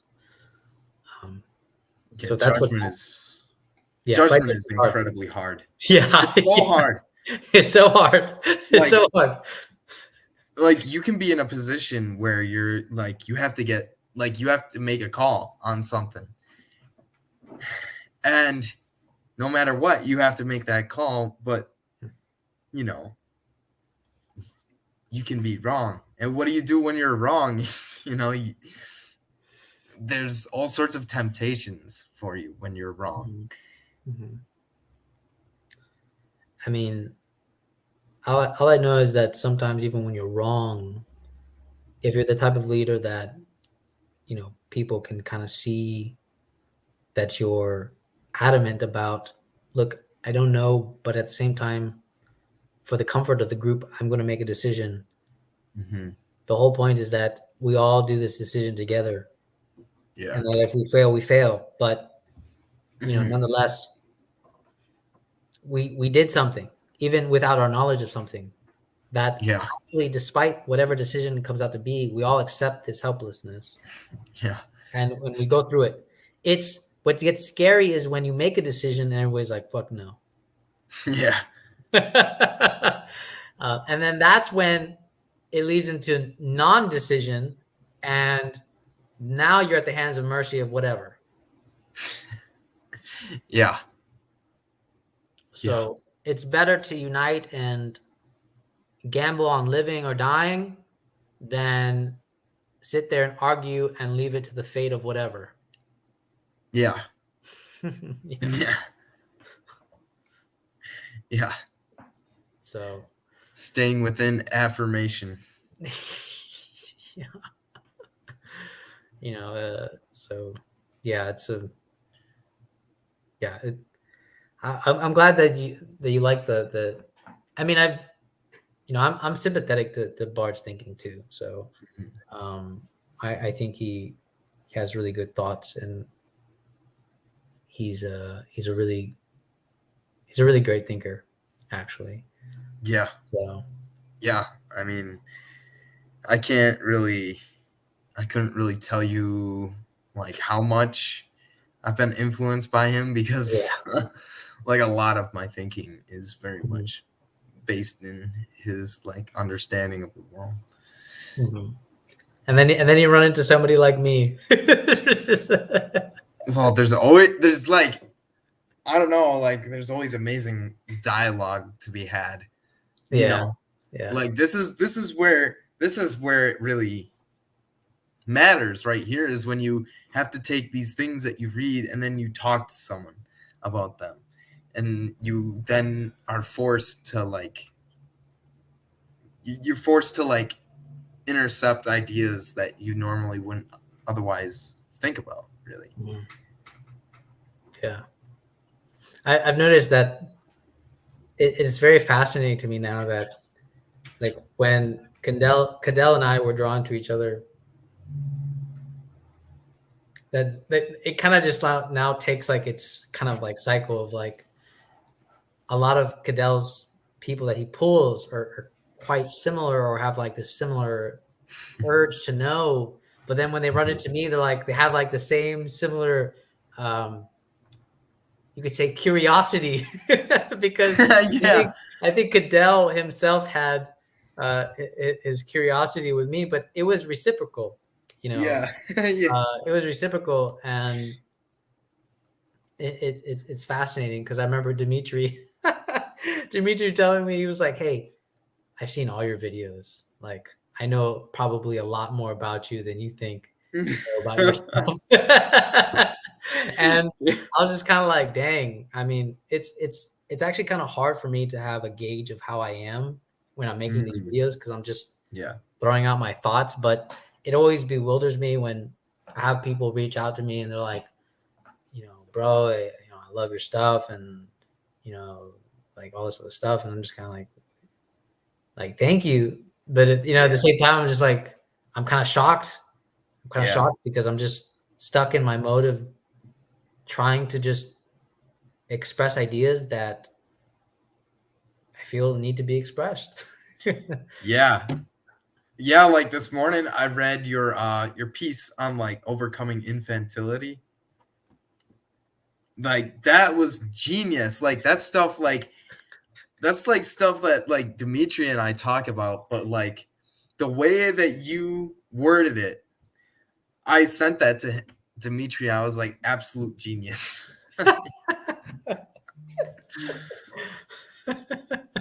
I was like, this is great. You That's know, so Bart. What you said was so like something that I feel like I would see out of like a talk with like Bart or something. mm. Just so like yes, like yeah. That's the only way I can put it. That's it. Yeah. Yeah. It's funny because like there's always something paradoxical at my feet, Yeah. and it's always like this idea that as much as I love it's that article is almost like for myself too in some ways because I love Yeah. philosophy. Yeah. But Yeah. when I was studying my own experiences, I noticed that there would be periods of when I would kind of do this like philosophical fasting. It was weird. Yes. And it actually evolved into like playing chess. Like I would just mindlessly play chess because it was Yeah. the most unphilosophical thing I could do at the time. I could just play chess, learn how to do pattern recognitions, whatever. Yeah. But it was funny because I was just like, damn, why is it that there's certain moments in my life that I find philosophy actually just disgusting to me? It just feels so disgusting to me that I don't even want to engage in it anymore. Yeah. I totally feel that though. Like that's kind of like me with like lifting weights is like my way of counterbalancing all that is to like just shut that out and to like do something else.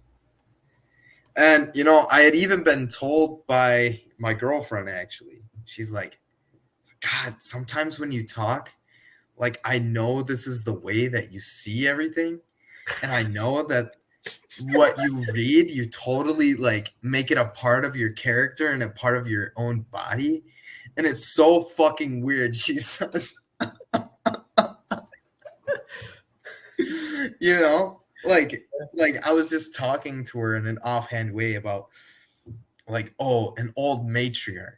Like I literally said those words and she just had this look of like disgust on her face. I was like, what's going on? Like she's like, the way that you use words, I swear to God. and I'm like, well, time to put down the books. That is it's funny about being in the army is that I started learning quickly that I couldn't be philosophical in every aspect of my life. yeah. Because people be like, bro, what the fuck are you talking about? yeah, yeah. Bro, just shut up and just do it. Don't fucking yeah. philosophize this to fucking smithereens. Yeah, yeah. yeah. Oh man. And that's when I It's started so learning. funny. Yeah, go ahead. Yeah. No, you go ahead. and that's when I started learning that like there's this I need to learn to have some type of right judgment and when it's Yeah. proper to philosophize and when it's completely improper. And most of the Yeah. time, actually, the times that I find it most improper is actually in my own personal relationships. Yes. And that's fascinating because now we're talking about love, Yeah. where philosophy cannot actually penetrate into, because whatever you say philosophically, your partner is going to be like, that's what? Like, that's fucking stupid. Either they'll say like, that's fucking stupid, or they're just going to look at you crazy. Yeah. Yes. That's like, oh, if that isn't the struggle right there, jeez, I don't know what is. Yep. Mm-hmm. That's the struggle right there. Yeah. It's And like trying to keep your work life and your personal life separate. Like oftentimes, like the worlds just like come together and it's a mess. It's always a mess. It's always a mess. The only thing that I've learned that kind of remedies this situation is just learning how the other speaks and making it kind of philosophical. Yeah. Which is kind of hard, because what it teaches me is that I can't actually use the verbs or the words, the philosophical words, to express these ideas. I would actually have to express them in a way that the other person understands it. Yeah, so it's not like you're lecturing to someone. Yes, exactly. Yes. And that's what yeah. Mm-hmm. Yeah, that's what my girlfriend says is like I try not to do this to her, but every once in a while it's just like it just happens where like Mm-hmm. okay, Joseph. She says, okay, Joseph. Rolls her eyes. Okay. Starts petting her cats and okay, you win. I would say probably the best practice is probably talking to a cat, because then you would realize Honestly. how much the cat doesn't care when you're petting it. Yeah. Don't get him. Oh man. Yeah. I trust me, man. I understand your struggle. It's something very difficult, and yeah, it's been a very painful process even for myself, to where actually I almost even refrain from bringing up anything philosophical with my personal relationships, because whatever it is, that the whole point is actually not to talk kind about of philosophically turn their ideas on themselves or whatever. Yeah. The whole point is to be a space for your partner. Yeah. When you're speaking all this philosophical talk, they instantly start realizing that they can no longer be a space to say anything to you, because the moment you start talking all this philosophical jargon, they're like, okay, well, I don't understand, and I also feel like you don't understand me, and you're making this hard, you're making this difficult. I don't know how to express myself because you keep talking about bullshit to me, blah blah blah. This is shit that people said to me too. So and that's it. That's what happens. Yeah. So it's better to this is the hard part to swallow, is that I have to do the philosophy on my own and with people that want to talk it, and then with other people, I'm in their space. I'm in their space. Yeah. Yes. You want to talk basketball, bro? Yes, let's talk basketball. You want to talk whatever you want to talk about? Let's talk that. That's fine. Yeah, I think that's just the superior mode to be in, though, is like that. And people respect you. Like people don't necessarily respect intellect, nor should they. I think it's kind of fake to respect a person's intellect like that. I feel like there's more to do with like emotional and physical stuff than intellectual. Intellectual is just play, honestly. Really. When it comes down to it, you're just finding ways to play with words and abstractions. And the real task is to like be able to just be in those emotional, physical spaces.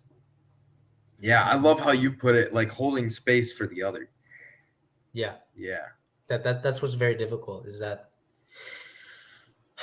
oftentimes, you don't understand how alienating your own language is to another person. Yes. And when you start realizing that, it's actually very painful because you're like, how the fuck do I speak now? Yeah. Yeah. Yep. Yeah. And then there's also that struggle of oftentimes feeling like, and I don't mean this in the way that it sounds, but Okay. of being like this, you never want to be like the smartest person in the room, right?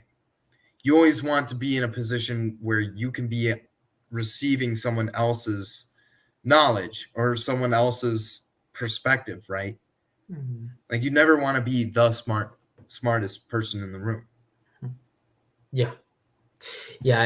I think for me, it's always been this idea of that people can tell when somebody's being sincere about the way that they're speaking.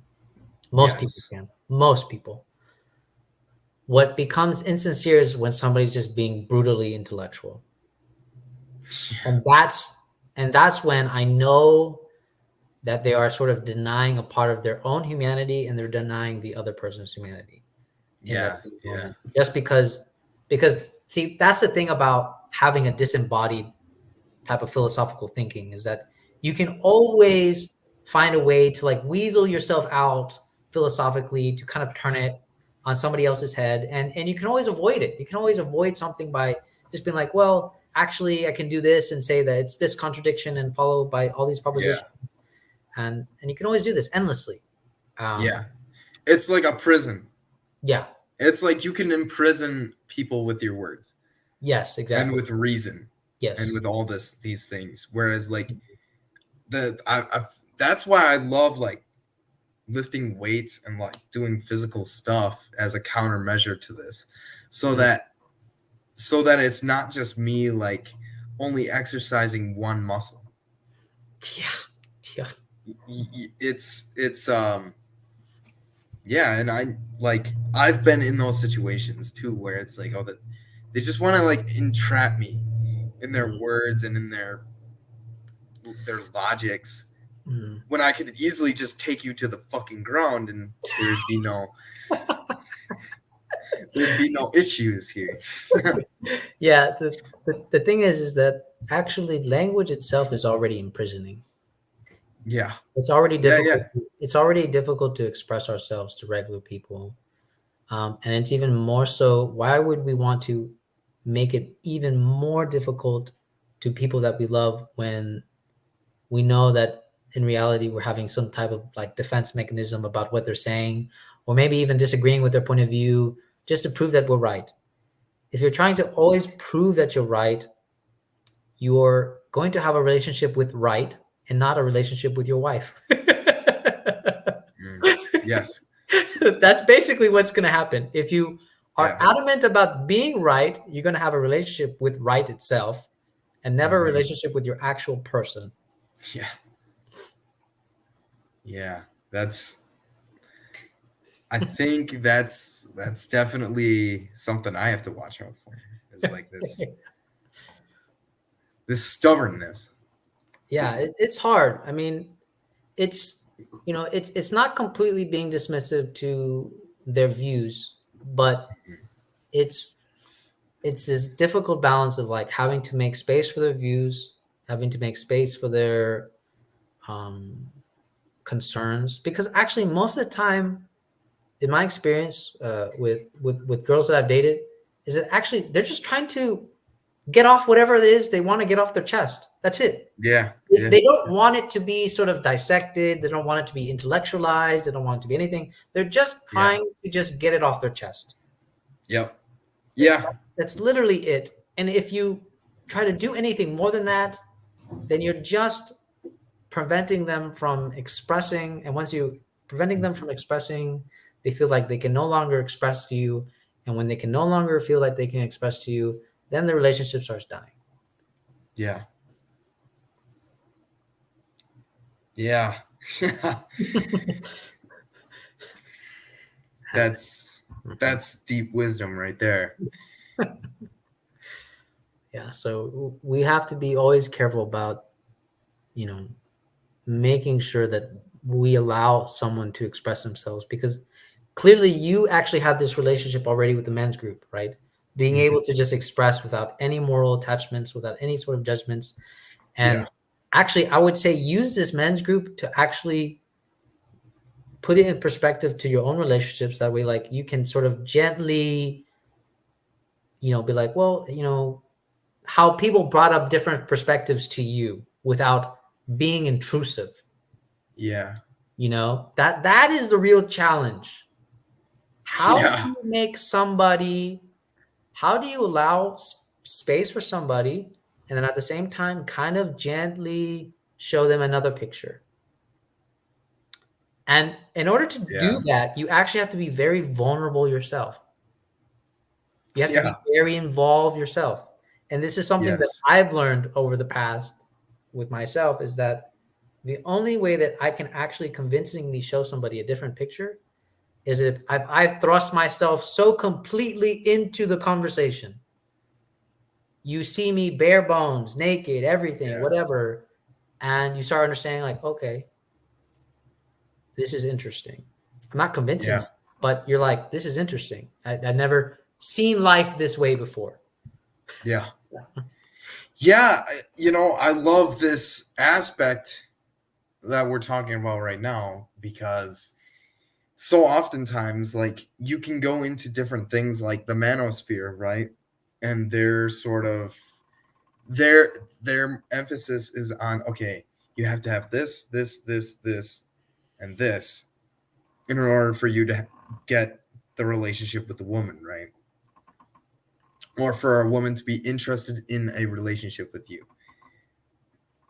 So, but what no one talks about in those types of areas is like this emotional intelligence of, like, okay, what does it mean, like, once you're involved in a relationship with someone else? There's no, like, and that's where, like, the manosphere should probably turn towards and mature with, is like this aspect of, like, emotional intelligence, because so oftentimes it gets caught up in this endless repetition of this.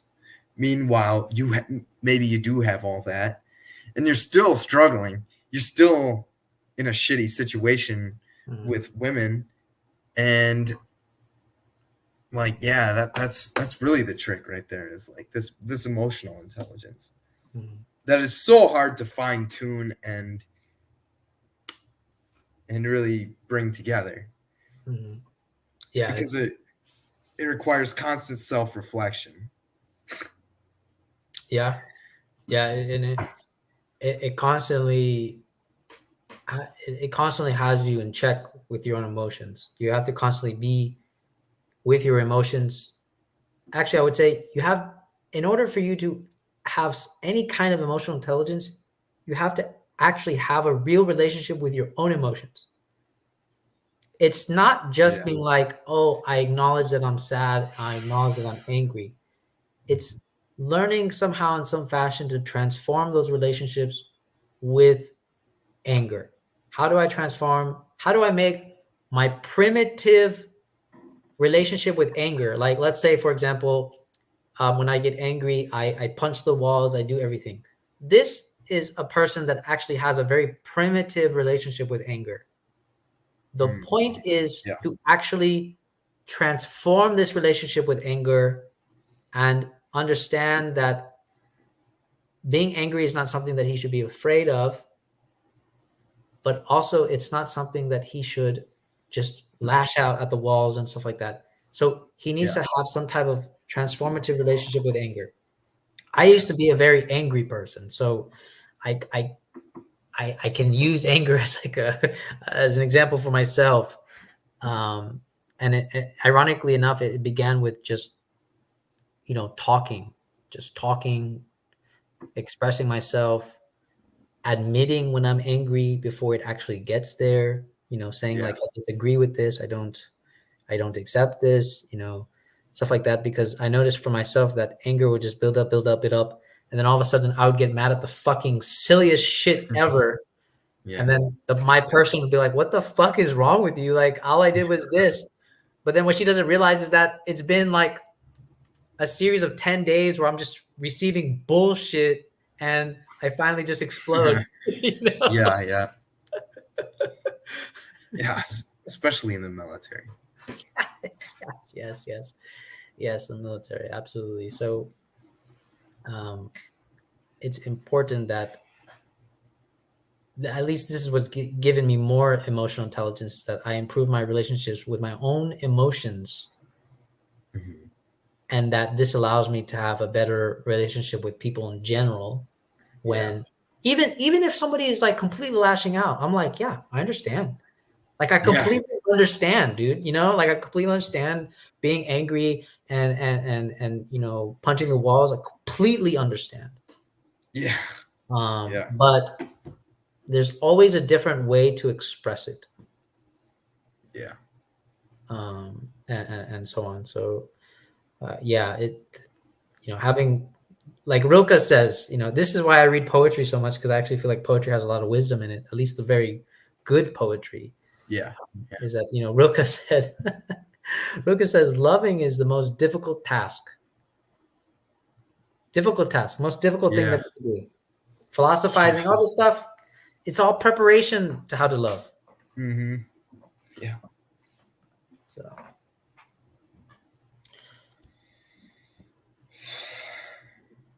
But it's nice that you guys, Cadell has this men's group, and it's kind of like open your guys' eyes, I think. And I think for you guys can definitely take that sort of system, and you know, you can, I think the whole point, actually, I would dare to say, I'm not speaking for Cadell, but actually I would almost be daring to say, like, take that space, take your experience with that space, and transform it to where you can make that a space for everybody else around you in your life. You know? Yeah, I would say that's correct. That's like basically what we're trying to do, or what we were trying to do. Yeah, because like when you're all caught up with your own self, there's no room for anyone else. And so if you're there for other people, if you can get into a group with other people and you can build that space, that's where it really comes together. Is because no one person can bear all the pain and suffering of another person. No. Yeah, you're right. No, nobody can. And also, I would press a little further and say that for me, for my own experience, is that in order to have like a nice balance between allowing people in my life and allowing spaces, is that I need to allow a space, and you've already started doing this with your working out in some fashion, is that I need to build a space for myself where I am not whatever conception of self that I have. I need to have a space for myself where it is non-self. That's very important, because if you don't, then what happens is, you know, you'll make all these spaces for people, and then you realize that somehow you've made no space for yourself. And the real space for yourself is exactly the non-space of self for yourself. It's like the very paradoxical thing. I guess this is why, like, I've been kind of experimenting with various, because I've been really interested into Schuon. Schuon is kind of like a perennialist, but he actually entertains this idea of, like, there's 3 modes of prayer. There's meditation, then there's like prayer as like you actually talk to God, and then there's like invocation, which is kind of like a repetitive invoking. But what I like about this is that from prayer I can build like a sort of personal relationship with something. right? And then with meditation, I can actually have a space for non-self. Yeah. And then I haven't finished the rest of his book, but I know there's an aspect for invocation, but I feel like these are all aspects of modes of being that I need to experience. So that way I can have like a nice balance for people in my life and for my Yes. and for myself. Yeah. So yeah, that's kind of like where I am currently in my journey, where I'm actually taking the idea of prayer seriously, and meditation and invocation, and Mhm. trying to see what this actually does to me rather than you know, I guess rather than being stuck in my mind. Yeah. Actually, I wanted to talk to you about that because I've had moments, like where I've been praying and all of a sudden something will come to me. Like, I remember before I joined the Marine Corps, Mhm. I was in my basement and I was just hitting on my punching man. And I kind of made this a ritual every day. I would go down into my basement and made kind of a mantle. I had candles and stuff, and I put a copy of the Iliad, and I put a copy of who else? I don't know, but I had a copy of the Iliad up, and there was kind of just like a nice little mantle there. And I remember I just would sit down and I would pray, but it was more like a meditation, and I would just let whatever imagery come into my mind. And I remember this one time I was just like swept up by waves, like by swept up in like this, and like inside of my mind, like this imagery of this like wispy old man came out of the water and stuff, and it was just so surreal. And I've and I remember that experience and being like, wow, how can I get more of that? Like, am I actually like, am I really communing with the gods here? And it's interesting how you can get into those like little spaces like that, and you just watch your imagination Mhm. and the types of images that hit you. I would say that actually what's fascinating to me about this aspect of prayer is that when you're sincere enough and you do it like in a sort of repetition, Hmm. it's repetition with sincerity, not repetition without any sincerity, without any heart. Hmm. I feel like when you do a repetition at attempt to knowing something, at attempting to get to know something out of a sort of yearning, Yeah. something happens. Something happens inside yourself. It's an experience, and Hmm. uh, for this is the kind of like knowing that is now we're kind of going beyond the limits of language. Yeah.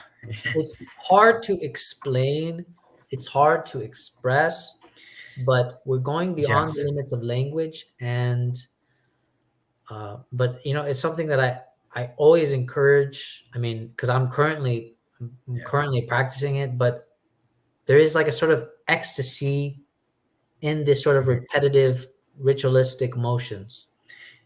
Yeah, and that's the thing is I almost don't even like to talk about it. Just like I don't like to talk about like like adventures into the psychedelia. Like I feel like as soon as you put dirty language on it, it kind of muddles the whole thing for you. Yeah, because what you're talking about is actually not it. Yeah. It's your experience. It's your experience that's it. But then the moment you try to say it, it's not it. The Yeah. the Sufis have this understanding very well, where it's like they're like, was it Rumi always cuts himself off in the middle of a poem? He's like, if I keep talking about it, then Mhm. it won't be it anymore. Yeah. And that's the same thing with like Buddhists who like they're sent out into like a cave or something. And they're just made to like basically just wear out their mind. out of all these things, like, oh, I have it. Oh, no, I don't. Oh, I have it. Yeah. Oh, I know. Yeah. Oh, I have enlightenment. Oh, do you? Tell me, what is it? Yeah. But that's what's the similar thing about having it and not having it, because it keeps you in this mode of, like I said, it keeps you in this mode of longing, it keeps you in the mode of yearning, because the moment you think that you have it, you've killed it. Yeah. And the funny thing is, you don't even have to apply this to God. You can apply this to any of your relationships. You could be like, the moment I have convinced myself that I possess my girlfriend, you've killed the relationship. It's only a matter of time that the relationship dies. Yeah. You know? Mm-hmm. So that's the interesting thing about, you always have to have this idea of like, I have it, I don't have it, I have it. You know, I would be like, I pray I can let go of my girlfriend every day. So that way There you I can go. have a relationship. You know, so that's so crazy. Oh man. Yeah. But I think yeah, I think 2 hours, unless there's anything Yeah. you want to talk about more. No, I mean, we can always just, Yeah, we can continue always do this again. another time too. So Man, I'd be totally down. This is, I got so much just out of these last 2 hours. It's, yeah, man, it's wonderful. It's been wonderful. Well, it was nice talking to you, Joseph. I know that you were definitely, like, you know, commenting as I was talking to Dimitri, and it seemed like I was like, oh wow, he, you know, he seems like he knows some stuff, and he's very interested in what Dimitri's talking about and what we're talking about. He's very fascinated by this stuff, and it's funny because I always tell people, like, whether you're fascinated or not fascinated, I always enjoy having people here, and Mm-hmm. again, I always try to make it like an open space. So I think Dimitri was a little bit hesitant because he felt like he had to be like intellectual or something to talk to me or something. And I was like, we could just talk. We can just bullshit if we wanted to. Yeah, like that's the cool thing is, like, that's also, I never let that discourage me either, because there's always this like I can always tell when someone's like more intelligent than I am, or they know more than me. But I never let that like try and dissuade me from like engaging with anyone, because hey, I'll hold my own, and you know, I'll learn something too. Yeah. I mean, when I first started getting into this space, I was actually very intimidated because I always felt that I haven't read enough. I didn't understand enough. But you know, what's funny is that you're never gonna know enough. You're never gonna read enough. So you might as well just put your fucking neck out there. And if you get chopped off, you get chopped off. It's okay. You're gonna live another day. And and so what's funny is that actually most of the things that attracted Cadell was not what I was saying, like intellectually or whatever. It was just the fact that he was like, man, this guy's like really sincere. You know? Yeah. And but what I love about it, you know, about him saying that, is that it's allowed me to be connected to so many people, have conversations with different perspectives, ideologies, you know, way to look at life. And I think about, that's what I want this channel to be in the long run, really. Yeah. So. All right, brother. All right. It was fucking awesome talking to you. It was awesome talking to you too, man. Maybe we can, you know, I wouldn't mind having you and Dimitri on. That would be fun. Oh, would I be down for that or what? Yeah, that would be really fun. I would like to see both of you guys together, and then all of us talking. That would be really fun. I think that we can plan for that in the future. Okay. All right, man. Well, take care. Man. Take it easy. Thanks.